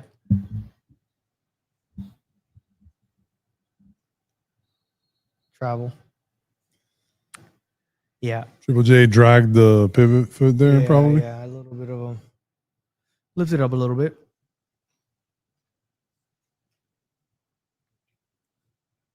One, 2-2. 2-point So game. what's the difference here? The final score it was 65-69 at the end of the second. What a block. No, it's goaltending. It's insane how high he gets up there. Dave scored 20 and he scored 20 points. Yeah, they're not 2018. Scoring, they're not scoring 29 or 30, which was the pace of the last one. Yeah. 30 plus. So right now it's the Heat have been outscored, I believe, 20-18 or 17, something like that. No, we were up. We were down 4, so we have to. Oh, my bad. Yeah. We were So down. yeah, we outscored 22-18. Then. But again, the third quarter it slowed down. Like the pace is now a lot lower, like of what you expect them to score at the end of the game. Magic would not be scoring 140 points on us, so it's good. They were due for a drought. This is gonna be a good Heat home opener. Yes, New York Knicks, Miami Sunday. Heat this Sunday. That's gonna be a good one. Looking ahead. Yeah, Oh, we still got a game this Friday away at Memphis. Memphis, which should win, but I mean you never know. It's early season, a lot of things can happen, but Memphis doesn't look too good this year. Knicks Sunday at home for the opener. That's gonna be a Tuesday tough against one. the Hornets at home as well. Then the Spurs, then the Lakers. Wow. Then look at that 4-game road trip. Wow, we were ready. immediately. That road trip is rough. Lakers, Clippers. and Welcome then- to the season. Yeah, it's starting off the year, and you're talking about a lot of those teams being playoff teams from last year, Yep. and projected to be playoff teams this year. So, yeah, it's a good test early on. Absolutely. I wonder how soon, if Herro joins in time for that, or if he's going to be out. But What's the latest timetable that you have on that? at first they said he was going to miss a whole month, but he keeps saying that he's going to come back quicker. There's the There lob. it is. There's the lob. There it is. Sheesh. It was due The lob. before called the it. quarter ended. I mean, that's what he's in there for. You got to capitalize on that. Jaime on Wagner. It's good defense. We're almost snatched it away from Fontecchio there. But good to see Look at them both Mitchell with making the 7 effort. 7 assists by Mitchell. Like, that is, Was that 14 points, 7 assists, and Yeah. that's great. I don't expect him to have 7 assists a game, but if he's getting the 7-8 range, that's great. if he can be like a more defensive-minded Andre Miller, Yeah. with the 3 that he does have, That's great. Yeah. For this sure. guy sprinkles the stat sheet and everything, and then gives you the 2 or 3 Key, yeah. key things that you know you're gonna get from Powell. one-on-one. Ooh, Nice. at the buzzer. Let's go. 1.3 left. Magic just get it in. That's off. All right. Not bad. The Heat go from, 65 points to 90? 91. 91. So So it's not a bad third quarter. You know, it wasn't that bad, and we're up, so that's what matters. We closed the gap. It's a 5-point differential, right?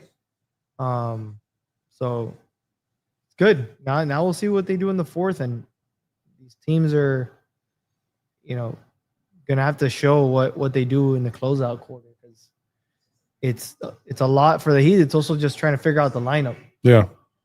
And Spo's already said to start the year that don't expect there to be consistency in the lineup in the early season. But it's not an established team, though. When like- has there been? correct. Yeah, they're very much And I'm not saying that as a dig or anything either. Yeah. Just that's just his style. it's his style. Yeah. And we haven't had that. Oh, this has been the same starting 5 for the last 20 games. Like, no. Yeah. I remember every time they would show a highlight, it'd be, this is the 17th starting lineup Oh, in the yeah, first different lineup. 25 Yeah, games. And yeah, you're yeah. like, whoa, So true. shit. All right, we're on break here. I got some more advanced stats that I think someone like Adrian Lorenzo. Shout out Adrian Lorenzo. Shout out. He's if you guys are baseball fans, you got to tune into a big league show. Do it every Monday, right? Every Monday. Every right Monday here on with Danny 786 Sports. Enriquez. Make sure you tune in. El Big League Show. And just insider baseball stuff. So it's baseball obviously has the one up on advanced metrics, and I feel like basketball and football are catching up, but basketball's starting to get some of that. And there's a few websites out there that are like kind of crunch these numbers, and I found some on BAM specifically. And so there's this one website called Crafted NBA that kind of crunches numbers and does like an entire like defensive player metric. Crafted NBA. With a C or a K by chance? With a C. Okay. Crafted Um, NBA. And they have like this one aggregate kind of grade for like a defensive player, and BAM ranked last year in the 94th percentile of it, meaning like he's just like an elite defensive anchor. He's a guy who obviously can guard 1 through 5 really and can roam. He's not just like a paint defender. He's like can go out, he can go to the mid range, he can go into the paint and be able to guard anyone in different spots. He's actually less of a blocker. Like if you notice, it's not like Bam's out there blocking a ton of shots, but it also is because, like I said, he's out there guarding further out. So there's less blocks that happen away from the rim. Meanwhile, speaking of blocks, you have Ware just swatting Wagner and going into a fast break with Powell pulling up and taking that three. Long rebound. Long Back rebound. up. He pulls up for another one, and he Wow. nails the second one. Mitchell got the rebound, This is- drop off to Paolo. It's a Nails it different from the look for top. the Heat here with this kind of pace and style of shooting. And Powell's a guy you want taking that in rhythm transition three. We were talking earlier in the stream about the pesky defenders and stuff like that. Bam is kind of a bigger pesky type of defender, I would say. And I have a vivid memory of early days of Bam, them talking about he can cover 1 through 5. And it was that matchup against Steph Curry. I will never, ever forget that moment where he got a shot clock violation on Steph in the corner. And Steph was kind of just doing the spider dribble that we would do as a drill. Yeah. And he was just like, and Bam was just everywhere, dude. He's like, oh, you're doing a spider dribble? Well, I have 12 arms, not 8. Like, I'm going crazy here. Yeah. It's crazy. I vividly remember that. And to see him evolve and grow that style defense even more, because again, he's not a blocker like that. Yeah. He's that type of defender that really can cover 1 through 5 from the paint and beyond. Like, for sure. Yeah. And yeah, he's definitely not like a big shot blocker like Ware. By the way, that is the 11th assist for Davion Mitchell now. If you were looking for a point guard that can facilitate the ball on this roster, you got a guy who's coming out the gates and showing that he can rack up 11 assists and hustle and do all the right things to put a team in position to score. So that's goaltending. and a foul. And a foul? I think they called the foul, and then you called goaltending. Well, I think this is a sequence. right there. Oh, Look no, at that, that's just the hit ahead here. Like, it's just quick decision making that you need. You can't have guys that are looking down and taking an extra. Like, everything is about the speed at which you make that call and make that pass. And he's been killing it today. No, and just like instinctually creative in making the plays happen like that, because if you look down, that's your moment that you're second guessing. Yeah. Versus not putting it and pushing it through. Shout out. The shot Shout out didn't go in, Mitchell. I guess. Yeah. So the Heat hit the 100 mark. Well, no, they called it a block then. Like, not a blocking foul, but a block instead of goaltending. Correct, yeah. Yeah, that makes sense. But I mean, Mitchell, if you get, he's not going to average this, but 15 and 11 is nice from a guy that's Oh my God. not even your fifth option. Like, he's like barely your fifth option. So If you got anything over 5 in the other category, right? I think yeah, like if you get some extra rebounds, you got like 12 and 6. You're like already, damn. yeah, exactly. And Norman Powell with a sneaky 25.6 rebound game. Tristan Da Silva just hit his third three. Head down. If he can start hitting these, wow, incredible. Create the space. And it's not like Wagner's an incredible defender. He's a decent defender. So you can attack him. He's also going to spend a lot of energy on offense. So it's good to do it this stage of the game. Does spend a lot of energy on defense too. Not a lot. Yeah. Making himself primarily a defender. Rockets, Wow. 13 and 5. What happened here? Moving screen? Yeah. Hello, where? He kind of ran into this other defender that backed up.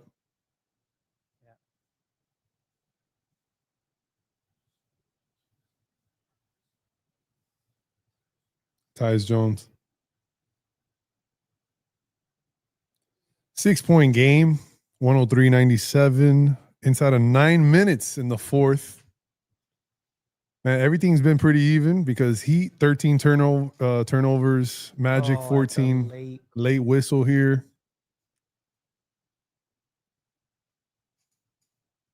One of these gut punches. That was not. It's one of those that they say if it would have gone in, they wouldn't have called it. Yeah, exactly. Yeah, for sure. That's really what I want to ask the refs. Is that really how it? Because it seems way too obvious that It can't be any other way. You're like, oh, he missed it. He must have gotten fouled. That's it. It's like I'm not too sure, man. These guys are tired. You miss shots. Fourth quarter specific. Wow. 16 to 21 from from free throw, 18 to 23. Yeah.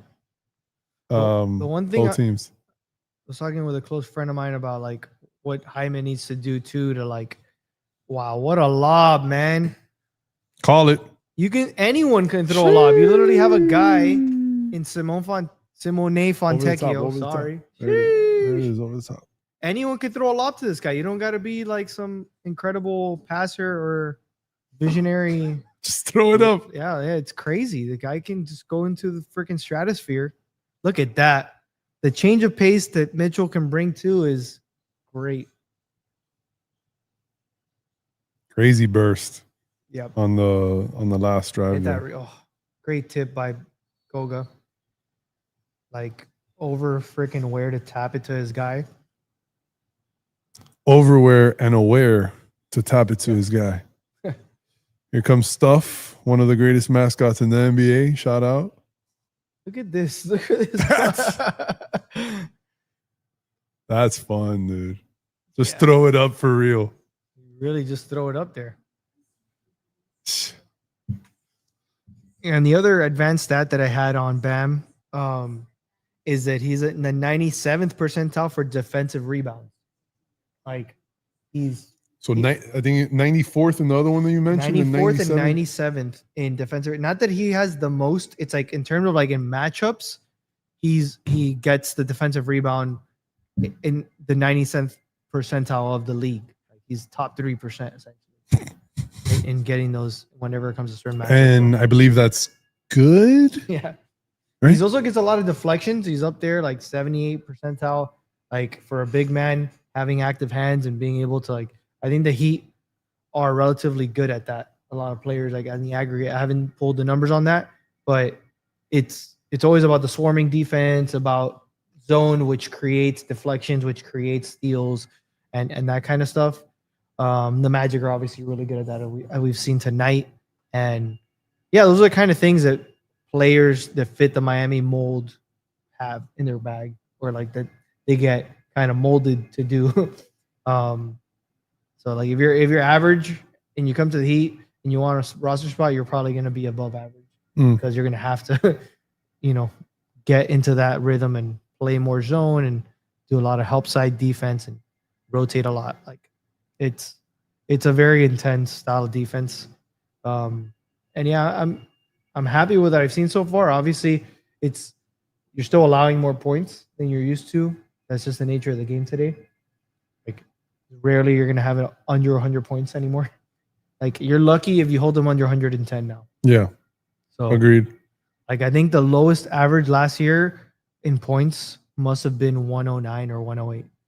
I don't think that there was not a single team that has averaged under 100 for several years now. Say it again. There's not a single team in the NBA that has averaged for the entire season under 100 points per game for several years now. Like the only ones I can remember were like the Grizzlies. Always those games were always like 85 to 92. Oh, yeah, and you're talking about early 2000s. I'm talking about since like the mid 2010s. So basically, for 10 years now, over a decade, it's kind of been the way things go. Is like teams average over 100. Now it's pushing it to the 115 range. And you've seen some of those games, man. There's games you look up like, they scored 140. That must have been in overtime. Nope. It was it was in regulation. Like the 120s is you see it and you're not shocked by it anymore. No. You'll still be like, they scored a lot. Yeah. But you're not like, oh my God, this has to be a record. Yeah, no. No, and then when you see if you're in the 170s, you're watching the All-Star game. Yeah, exactly. Yeah, it's a different thing. Or maybe MTV's Rock and Jock or something. Great defense here. Great You got to get the rebound though. Off Wiggins, yeah.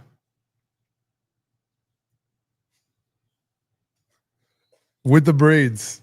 They just look like, twins. Yeah, it looks like his little brother. Oh, that was a dangerous one by Jaime. Oh, you gotta Wow. box out. Yeah, what Our happened turn. here? Let's go. This was another meeting between Carter and Bam where they call a foul on Wendell Carter Jr. here. Oh, that was on Wiggins, honestly. Oh, Wiggins. Yeah, Wiggins was boxing him out. I don't know if that was truly. I saw Bam with the arms up. This one's going to Bam. This one's cleared out here, and he's gonna capitalize on him. He got the rebound though. That's big. Yeah, don't die for that one. Not worth it this early in the season, honestly. 4 turnovers for Bam. That's unusual, but 15 points. 15 points. You want to be a little Physical bit higher than taker. that.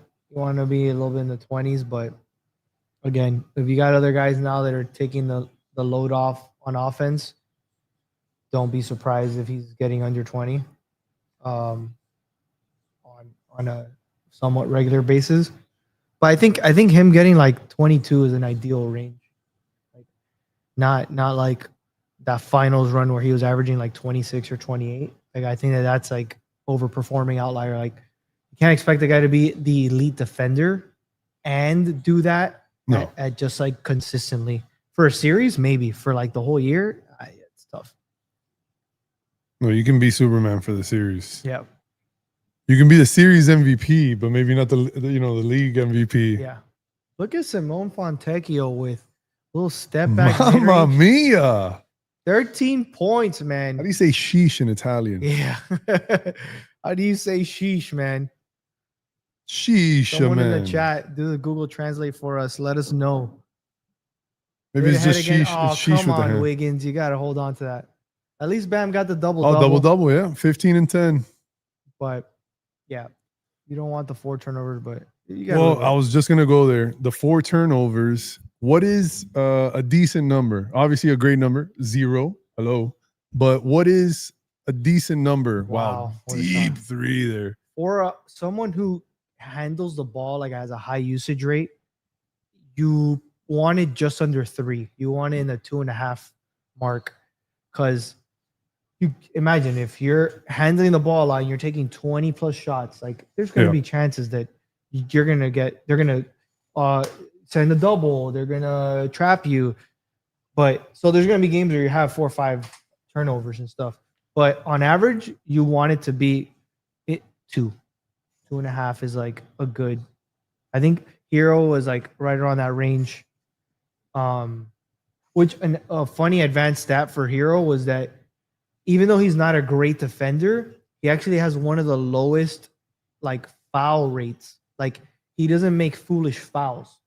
He's actually like one of the best in the league at not getting fouls on defense, like ticky-tack fouls, which is rare. Like you'll see it happen, but it's not that often. That's typically those typically happen as soon as you turn over the ball. Yeah, exactly. Because you're trying to make it back, you end up throwing yourself in someone's knees, and Bam has to jack this up. Tough shot. Shot clock violation. 5:24 left in the 4th. 4-point game. Heat up. 111-107. Adrian with the stat that Bam is 62nd all-time in defensive box plus minus. All time. That's kind of crazy. I mean, I think by the end of his career, he'll be in the top 50. Easily. 9 seasons in. Yeah. Like, talk about year 12 to 15. Wow. Ooh, that was a block. I thought it was goaltending. You got to stop the train. It's worth it. Worth a foul. 4:59 left in the 4th. Coming down to the wire here. But Very random shout out here that I want to give, but can't be on a Heat podcast and not make a Heat shout out here. Tim Reynolds, one of my favorite writers, one of my favorite humans. he just put out the Miami Heat, an illustrated timeline, and it's available everywhere. And he posted this picture. He's like, pretty cool when you have your book at Barnes and Nobles and it's on the same shelf with all the basketball stuff and Steph Curry's book and all of this. So Yeah. shout out Tim Reynolds, all the incredible work he's always done Yeah. for the AP, the Associated Press, and everything with the Miami Heat. Just a real good dude. Yep. Hell of a writer, hell of a brain, hell of a heart. And shout out. It's not easy to put out a book or put anything out. Yeah. So Heat fans, basketball fans, check that out. And we're back. Wow, Suggs with the steal there. 1 point game. 1 point game, just like that. You got to be careful with those passes with some of these guys. Suggs is the energy guy. You could tell he's trying to hype up the crowd. He's going to play tough defense here. Powell with the drive, kick, 9. Whoa. Yeah. Got the foul. Yeah, it was contact. There was contact. Wagner saying that it was all ball. Let's see on the replay. Let's see on the replay if he's right or wrong. It might be right. Yeah. It might be right. We got to see maybe forearm stuff, but It all that looked matters like a on good when he angle made there. the contact with the forearm, if it was before or after. Like if it was after, it doesn't count, right? But Yeah. he might have gotten in contact with the ball. They're challenging it here. From that angle, it looks like a good challenge from that angle. Agent saying that Asia Wilson's going to come over to the Heat on a 10-day. Could use some more. Say fun. less. Yeah. MVP. Freaking MVP. WNBA Finals champion. WNBA Finals MVP. I don't know if Absolute you heard the beast. story. I think it was Shout out. Wade was talking about the conversation he had with Bam. And like Bam almost feels like when he goes to her house and he sees her shelf Her of shrine and her everything. shrine, it's like he's like, you know, when you go to a high school that has like all the awards, that's like just her house, because it's like from high school through college through now the WNBA, like it's crazy, like the accolades that she's gotten. So yeah, it's mean, kind of crazy to. It doesn't surprise me. She's absolute beast, man. Yeah, she's a beast. So good. That is funny though. Can you imagine like, Yeah.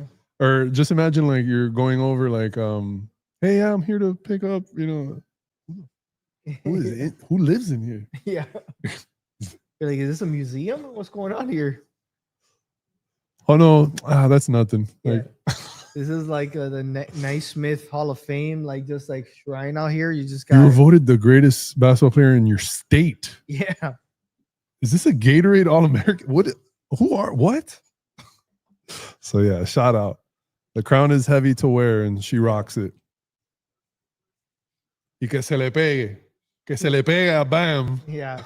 Yeah. All that win. Motivates him, man.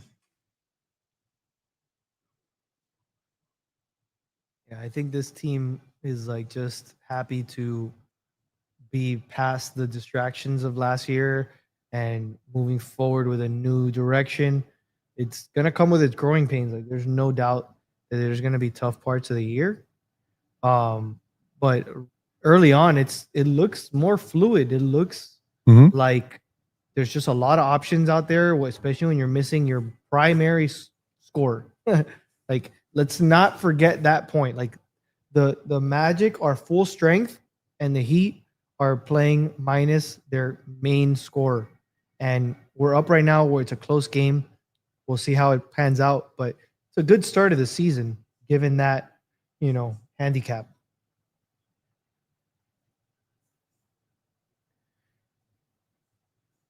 Well, The ruling on the floor will stand. Nice. so I think the volume's kind of faint here and we don't got the subtitles and I'm a terrible lip reader. But I think the one word that he for sure said was however. Yeah. And then I heard him say something like he then made contact. So Yeah. I think it was what you were explaining While in the that act, yeah. like after he got the Or it block. could have been. You have to see what's below too. Like if you're saying that it's not, Yeah, like maybe they met. or he had his other hand. Like I wasn't looking at his other hand, and maybe he had it on his hip or something. Like you can't You can block up here, but if you're touching him down there, you're getting that foul. Too late. Too late. Yeah. 3-point game, 4:30 in the fourth. Heat 113, Magic 110. Yeah. You got, let's see, this is going to be a lot of Paolo here, I think.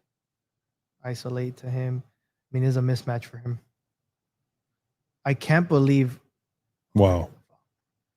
Did Davion Mitchell really like forced him to miss that shot by just botting him? He Like, will go making it after tough. anyone. He will go after anyone. He's We a know menace, this. man. He's a menace. He's one of those guys that just Napoleon complex or whatever in the greatest of senses. Yeah. That you can't tell him anything. He's a Who do you need me? competitor, Who do you man. need me to go guard? Whoever. I'll go in the stands and guard the guy selling popcorn if you need me to. Like, Yeah.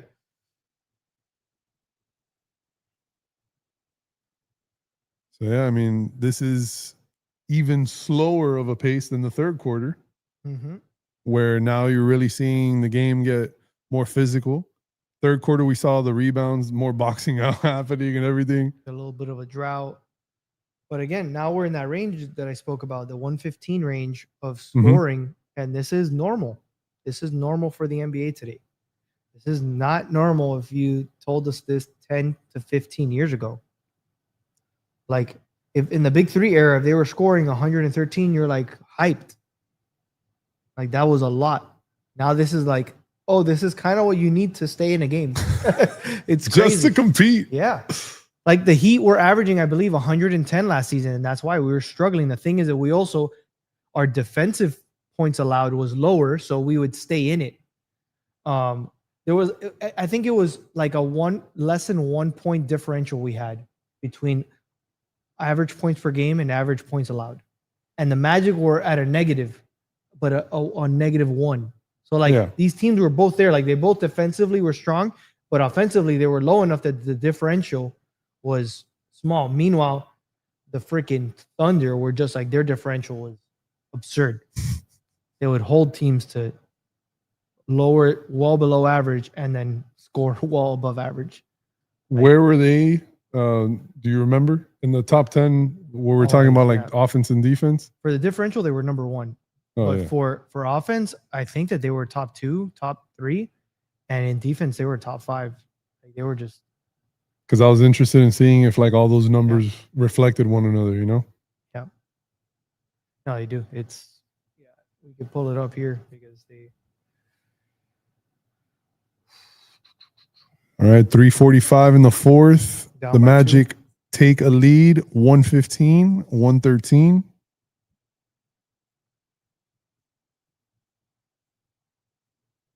What else we got here? Yeah, you got the. Pulling it up here, man. I love Adrian dropping. Yeah, Duncan Robinson 0 for 5 at the half. But he's our Adrian Lorenzo, shout out, producer, at home statistician, going after it all here. Pull it up, Adrian, pull it up. Norman Powell, 25 points, 7 rebounds in his Heat debut here. They're showing some highlights in the fourth quarter. Franz Wagner, 24 points, 6 assists, 4 rebounds. Nice complete game there. We need more of those Khalil Ware Ali's all day.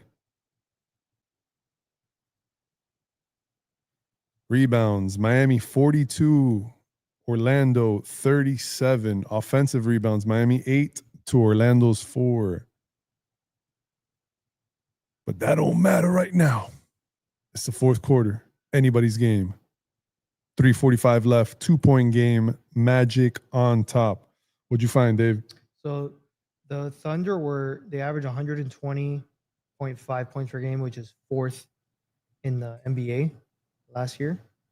Surprisingly enough, I don't know how the Grizzlies were up there. This could be pulling weird numbers, but yeah, they were 120 points per game last year, top 3 or 4 team. And defensively, it didn't pull it up here, but they were top 5, I believe. They were probably like 5th. Hmm. Yeah. Yeah, so I mean, all the numbers do reflect themselves there. Yeah, if you're like top 5 in both of those, you're you're gonna contend for a title. Whoa. Great defense by the Magic caused a 5-second inbound violation. They get the ball back. Get the rebound. Yeah, physical It's our ball. physical game. Yeah, the Thunder had a differential of almost 13 points per game, meaning they were winning games by 13 on average. Like it's a crazy gap. Like they scored 1,055 total points more than they allowed in last season. It's just a crazy. Wow, Paolo missed that. That was wide open. Wiggins, oh my God, Got fouled. almost got the N1 there. Yeah, again, slower. It's only been 20 seconds of play. We're stop and go, stop and go, stop and go. Oh, Patrick Mahomes would have finished that. Shout maybe. out to Carlos. Or if it Carlos would have been Alfaro. thrown. It's the one of the greatest confusions was that F1 race in Miami a few years back when Paolo was on the track. Oh, they were doing the little pre-game, pre-race interviews, and this one guy who's like obviously into racing, and he does all the main ones for F1. He goes up to him. He's like, Patrick Mahomes, and it's like Patrick Mahomes is not 6'11", 6'10", but the guy's just like 250 plus pounds, probably. Like profiled him just off his face somehow. I'm like, dude, he looks like if he ate Patrick Mahomes, man. Like, tie game here. Let's see, man. Bam guarding Wagner. Like, this is great. Look at that. Get the rebound. Let's go. Wow. Good game. Hope everyone's tuning into this and enjoying it. That No way that's wow, offensive. No way that's that- offensive. that was very slow for it to have gone that way. He went to his outside shoulder. I think Spo's gonna challenge it. He went to the outside shoulder. There's no way. He collapsed Yeah. after he was touched. I don't know if this is doing an a actual sumo hit. squat. Look how wide his stance is, by the way. Yeah. Like that's also like you can't have your stance that wide. Because of what it was called, you need to see if it'll be overturned because it was already made the call Yeah. as a charge. Let's see. Put it up this time. Yeah. Let's see this guy. Oh.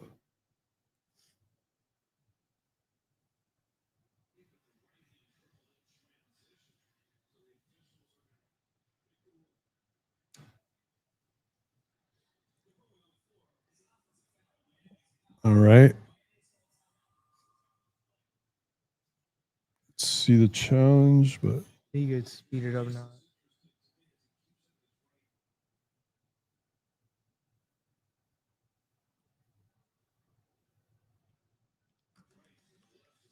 Yeah, that looks to me like and that's how smart. no, he's How smart. He knows. He's like, go Yeah. to the outside shoulder. There's no way that you're gonna call this an offensive a charge. I think what they're really gonna look at is Suggs' left leg, Yeah. which it's kind of in between Powell's legs. That's kind of what cut.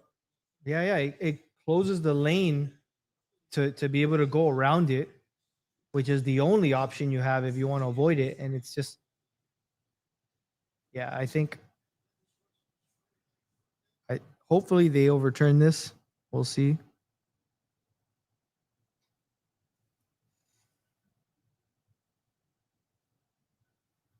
It's long. Yeah, and you already see his shoulder cleared. Yeah, Suggs' shoulder. So Yeah. it's that left leg. it's the leg. He didn't go to the chest. That's the main thing. Like, no part of Powell's body hit his chest, which is usually where the contact needs to happen for a charge. I mean, I'm not a referee, but that's my understanding of it. And he didn't lower his shoulder either. No, he Which he was really basically trying to moved get out his of the way. shoulder to yeah. He didn't lower. He was literally the same height and just trying to go across him. It's those left legs, man. Yeah. It's those left legs because Paolo's left knee goes into that left leg of Suggs. Damn, that shirt in the background, dude. I love this game. You remember Oh that? my God. Yeah, that was the best. We need one of the Yeah. heck, if you're still there, dude, pull it up. We need one of those I love this game t-shirts. Yeah. Classic. I feel like E. Reed. I'm looking at him over there. Shout out E. Reed, John yeah. Cre8ives. All right, let's see. We're going to find out together.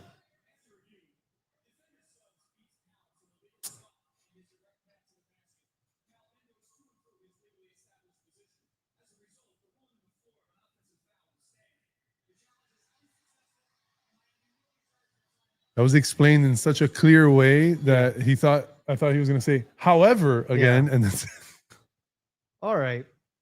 that's good explanation. Okay. Okay. So I guess, rule of thumb, guys, just sumo squat and set your feet and just hope that they call a charge, because that to me seems a little bit absurd, but the call is what it is and we're back in it. So next play. I think it was the fact that the one call was made and, It's tough to overturn it. to overturn it. Yeah. It needs to be murder for it to be overturned. Yeah. Get that rebound. Let's go. It's a 4-on-4 here. 2:40 left. Foul. Tie game. Foul. 115. Foul. Got the foul. That was Suggs. The makeup call. No, it was actually a foul. Man, very good game here for opening night for the Heat and Magic. Oh, no, Well, it wasn't the- even the- Suggs. Yeah, exactly. The foul was on Bane, essentially. His body before that. Yeah.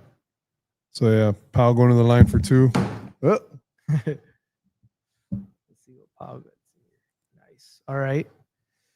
Take a 1-point lead here. I mean, dude, what's he at now? He's at 26, 27 points. Quiet, too. This is like a Dwayne Wade type of score card that you look and you're like, it's not like he's been dominating, but no. little by little, he's just been racking up his points. Sucks that he missed that second one, but Paolo, 20 at points, Mitchell. 11 rebounds. I'm not too mad at that. I know that Triple J covering Paolo. free throws though. Yeah, there's a Mitchell bonus. coming over for the help there. Yeah, a little bit overly aggressive, but again, if he forces a turnover, Yeah, no, I don't love that. to be a little bit more The calculated. call was correct, Yeah. 100%. Oh, yeah. Nobody's doubting that. But a little overly aggressive there. Yeah. And this is crunch time where you really got to Mhm. understand that these mistakes go even further. Yeah. We see how slow the game is. We said 2:45 like 10 minutes ago, Look and it's at the- 2:24. Yeah. So the core 3 for the Magic have over 20 points here. Paolo, Wagner, and Bane all have over 20. So like their core 3 is doing what they're supposed to do. But again, the Heat down Herro are within a point and have had control most of the second half here. 17 assists between Wagner and Paolo. Oh my goodness, what a effort. Pam got hit. Someone there. got hurt there. Okay. That was very weird. Mitchell needs to watch out again. They're going zone here. Look at Bam Inside at the 2 top of the key. minutes, This is- dos I think Bam needs to minutos. switch here. Bam needs to cut down. Nice. What a Physical box out by game. Wiggins. 145, Heat pushing it here. Great pass. Great pass. No foul. That's wow. Okay. Strong take. Physical again. Oh, that's a dunk. And dump off to the bottom there. To Paolo. Yeah. Magic up 3. 1:30 left. 90 seconds left in this game. 119, 116 Magic. Triple J here with the ball. Top of the key. We need someone open, someone cutting. Wiggins, 5 seconds. He's gonna have to take this shot. Big shot. Huge shot by Wiggins. shot. Ties it up. 119. 18 points from Wiggins, right in the range of what you want him to have, honestly. 20 would be nice, but 18's solid.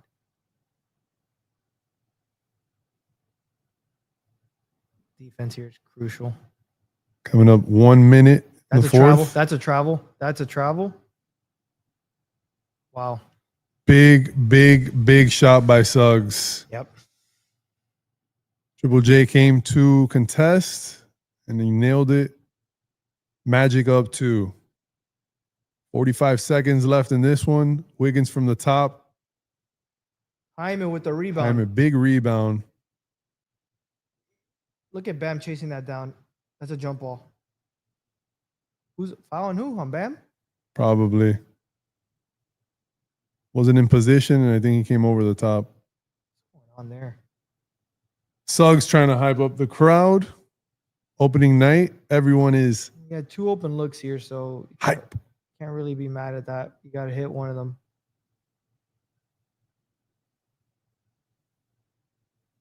Yeah. They're going to the free throw. A little scriduffle there on the ground. 2-point game, 37.3. Be nice if he misses one, but if not, you got to score and you got to get a stop. Bane to the line.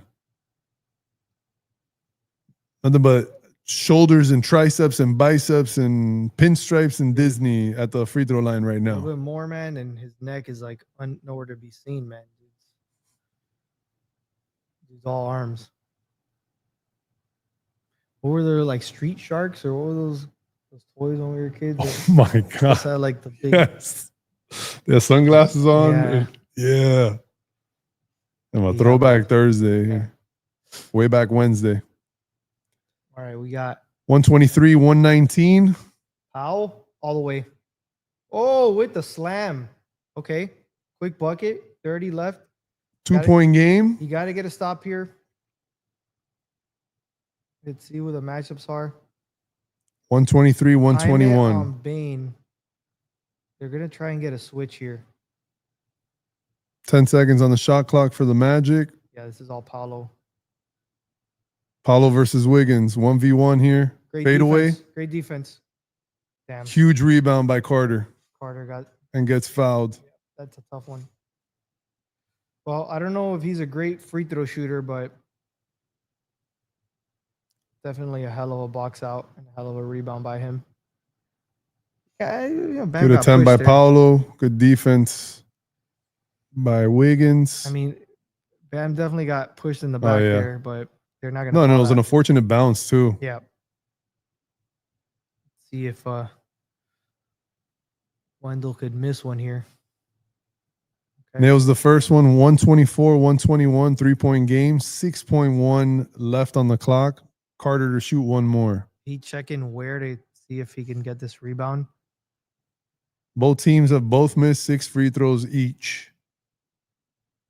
Which isn't bad. No? 21 of 27 for the Heat. 28 of 34 for the Magic with one more to go here for Carter. You made both. Nails it. All right. 29 of 35 for the Magic. 4-point game now, 6 seconds. What are you drawing up, coach? I mean, there's only 2 options. You either go for a 3 or you go for a quick lob or action towards the basket. It only takes off a couple seconds. Because then you got to immediately foul and hope that they miss one. But if you hit, like the 3 is the ideal thing, but again, it's not as, it's easier said than done. Well, at least they can advance the ball. We're in a timeout right now, so we are advancing the ball to half court. So Half court. the lob will be shorter than, a Hail Oh, for Mary. sure, yeah. And we do got some size. Yeah, where I think it's either a lob to Ware or probably a 3 attempt by Powell, with Wiggins being the backup option if Powell is covered. Those are no sight of Fontecchio. that would be the most shocking thing. El Fontecchio. I wouldn't be mad. No, he's not on the No, court. no. it's Jovic. I mean, I think Jovic is inbounding the ball. I don't think Jovic should be taking this shot. So I think he has the height to kind of pass it over anyone. So should be. So nowhere. Oh wow, is who's the Jovic. Oh yeah, you're right. So yeah, I don't think it's a lob to the basket unless it's Bam then. Wow. Oh well, they're doing a football play here. I've seen this before. Okay. So they're gonna do like a little formation, almost like running a route here, which is gonna be interesting. The annexation of Puerto Rico. It's gonna have to be timeout. You're gonna have to call timeout. Oh God. Yeah, it's a tough one. Looks like they're gonna hold on here. And that's it. That's the game. So I mean, as the odds had it, the Magic pull it off, but I think that's 75% struck. Struck at the end. It's I think that they had them as like 9-point favorites. So Miami kept it closer than many anticipated, especially without Herro. And you know, they couldn't hit some tough shots at the end. And these are the growing pains you'll have with this team. But to start off the year with 121 points against the number 2 defense from last year, yeah, you should feel proud about that. In their house. In Orlando. And you should just double down on what can you do defensively to reduce, you know, allowing 125, 126 points. You know, that's probably what they'll be looking at, right? But offensively, you have to be happy with that, and you have to look at the long run of this season. Next game is against the Grizzlies. It should be relatively easier for this team. And then it's going to get hard. We saw that 4-game road trip that they're going to embark on next week already. Yeah, it's between the Knicks game. But you want those types of tests. Yeah. Especially earlier, I feel like. Yeah, exactly. You want to expect some of those games to be rough. Like I could expect that. Going on the road, playing back-to-back games against the Lakers and then the Clippers, that's going to be rough. The Lakers, honestly, they're figuring stuff out too. And I don't know if LeBron will be back by then. But, yeah, it's guarding Luka. Luka's never fun. That's enough. That's already its own challenge. But, hey, the Warriors showed that you can find ways to make it as for other players to try and beat him. Because, I mean, he got, 40 points last night or something? Yeah. And it wasn't enough. But yeah. Oh, they put the wrong graphic up here. Mo Wagner did not play. It's Franz Wagner. His brother's getting the credit here for all of it. Shout out. But yeah, the big 3 for the Magic did what they had to do. They had 20+ points. This is what that team was built around, and it looks like they figured it out at the end and got enough points to make it worth it for them and win it out. I think this one, yeah, they're showing Davion Mitchell on the screen here, and 16 and 12 with 6 rebounds and 2 steals. Like, that's a hell of a game. Like, only the 5th double-double of his career too. Yeah, he's not a double-double guy. This is not a dude. He's just more of like you said, sprinkles in stats and does that for you. But he's not a guy that is going to be racking up those kind of points. I mean, those kind of stats. When you're inspired, anything can happen, dude. Yeah. Who knows? Who knows what we'll get from him this season? He seems inspired, and I said he's a dog, and he found the right kennel here, and the right culture for it. So, yeah, happy to see his game evolve. Yeah, surprising game also by Fontecchio. Like, I didn't even think he was going to get minutes today, and he did, and got, I think it was like, it's definitely double digits. He had like 13 or 16 points, which is nice off the bench. Yeah, he had a quick 2 threes, and it was 8 points because I think he had another bucket too. So yeah, happy, dude. Hell of a game. See if there's anything else to kind of round out the stats here, man. It was definitely an interesting game. I think looking forward to it. Yeah, we got the Grizzlies next, and then we got the Knicks game at home is going to be really fun to watch. Knicks right now, they're up 116 to 108 against the Cavaliers. So Wow. they're It's another great You know, matchup there. doing their thing. But just running The through. Southeast is on fire tonight. Yeah, Southeast is on something. But you got Wiggins had 18 points and 4 rebounds. The only thing that was troubling is that he also had a negative 21 plus minus. So meaning when he was on the court, there was those droughts or there was those moments where, which is the highest plus minus, like in terms of going the opposite route. Norman Powell had the highest. He was like 12. So we were up 12 every time he played he was on the court. And him scoring 28 points with 9 rebounds is solid. Like that's for a guy who's fresh on the team. Yeah, that's incredible. Bam, you probably wanted a little bit more out of him. 15 points. You know, Norman Powell being the sole 20-point scorer, you don't want that. You know, it either needed to be Wiggins or Bam, and I felt like Wiggins did a decent amount. He shot 50%. Bam shot 30% from the field. That's just not what you want out of that.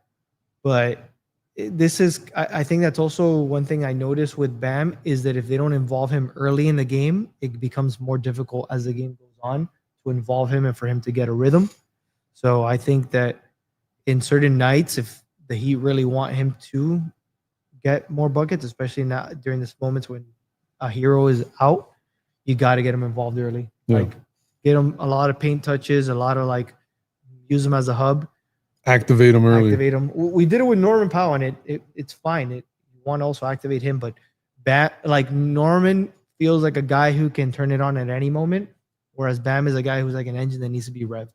Not a guy that you're just like, all right, you haven't touched the ball in 2 quarters. Like here's a 4th quarter and go get buckets. It tends to be he's a little bit colder. He's a little bit. It's tougher for him to get those buckets. So he's not like Vinnie Johnson, the microwave from back in the day. Detroit Pistons there. Shout out Jimmy Green up. But honestly, man, I'm not too mad at the game tonight. Same. Probably would have wanted to see a little bit more of Ware. But Davion Mitchell having the game he had. Haka's had a decent game too. 13, 6 rebounds, 2 steals. Like that's nice. Him and Davion both got 2 steals, which is I think that's their role. Like they need to be those guys disrupting and creating turnovers. And then either being the one that facilitates or is on the other end of the receiving end of finishing it.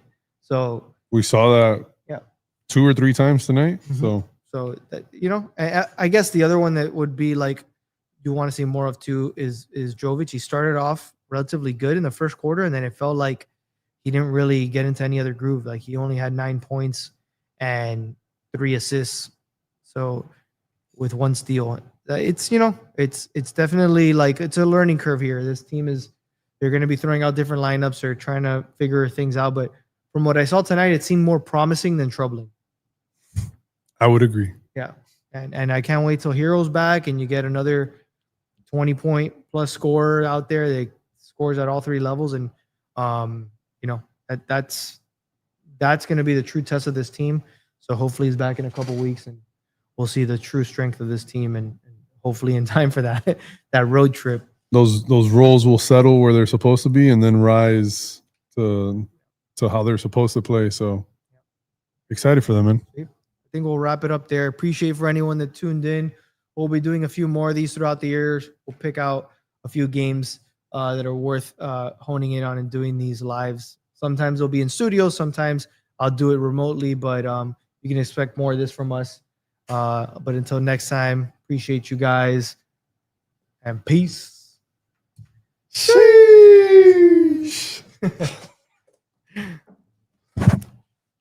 Playing basketball. Got the Harlem Globetrotter. Congrats, bro. Appreciate it.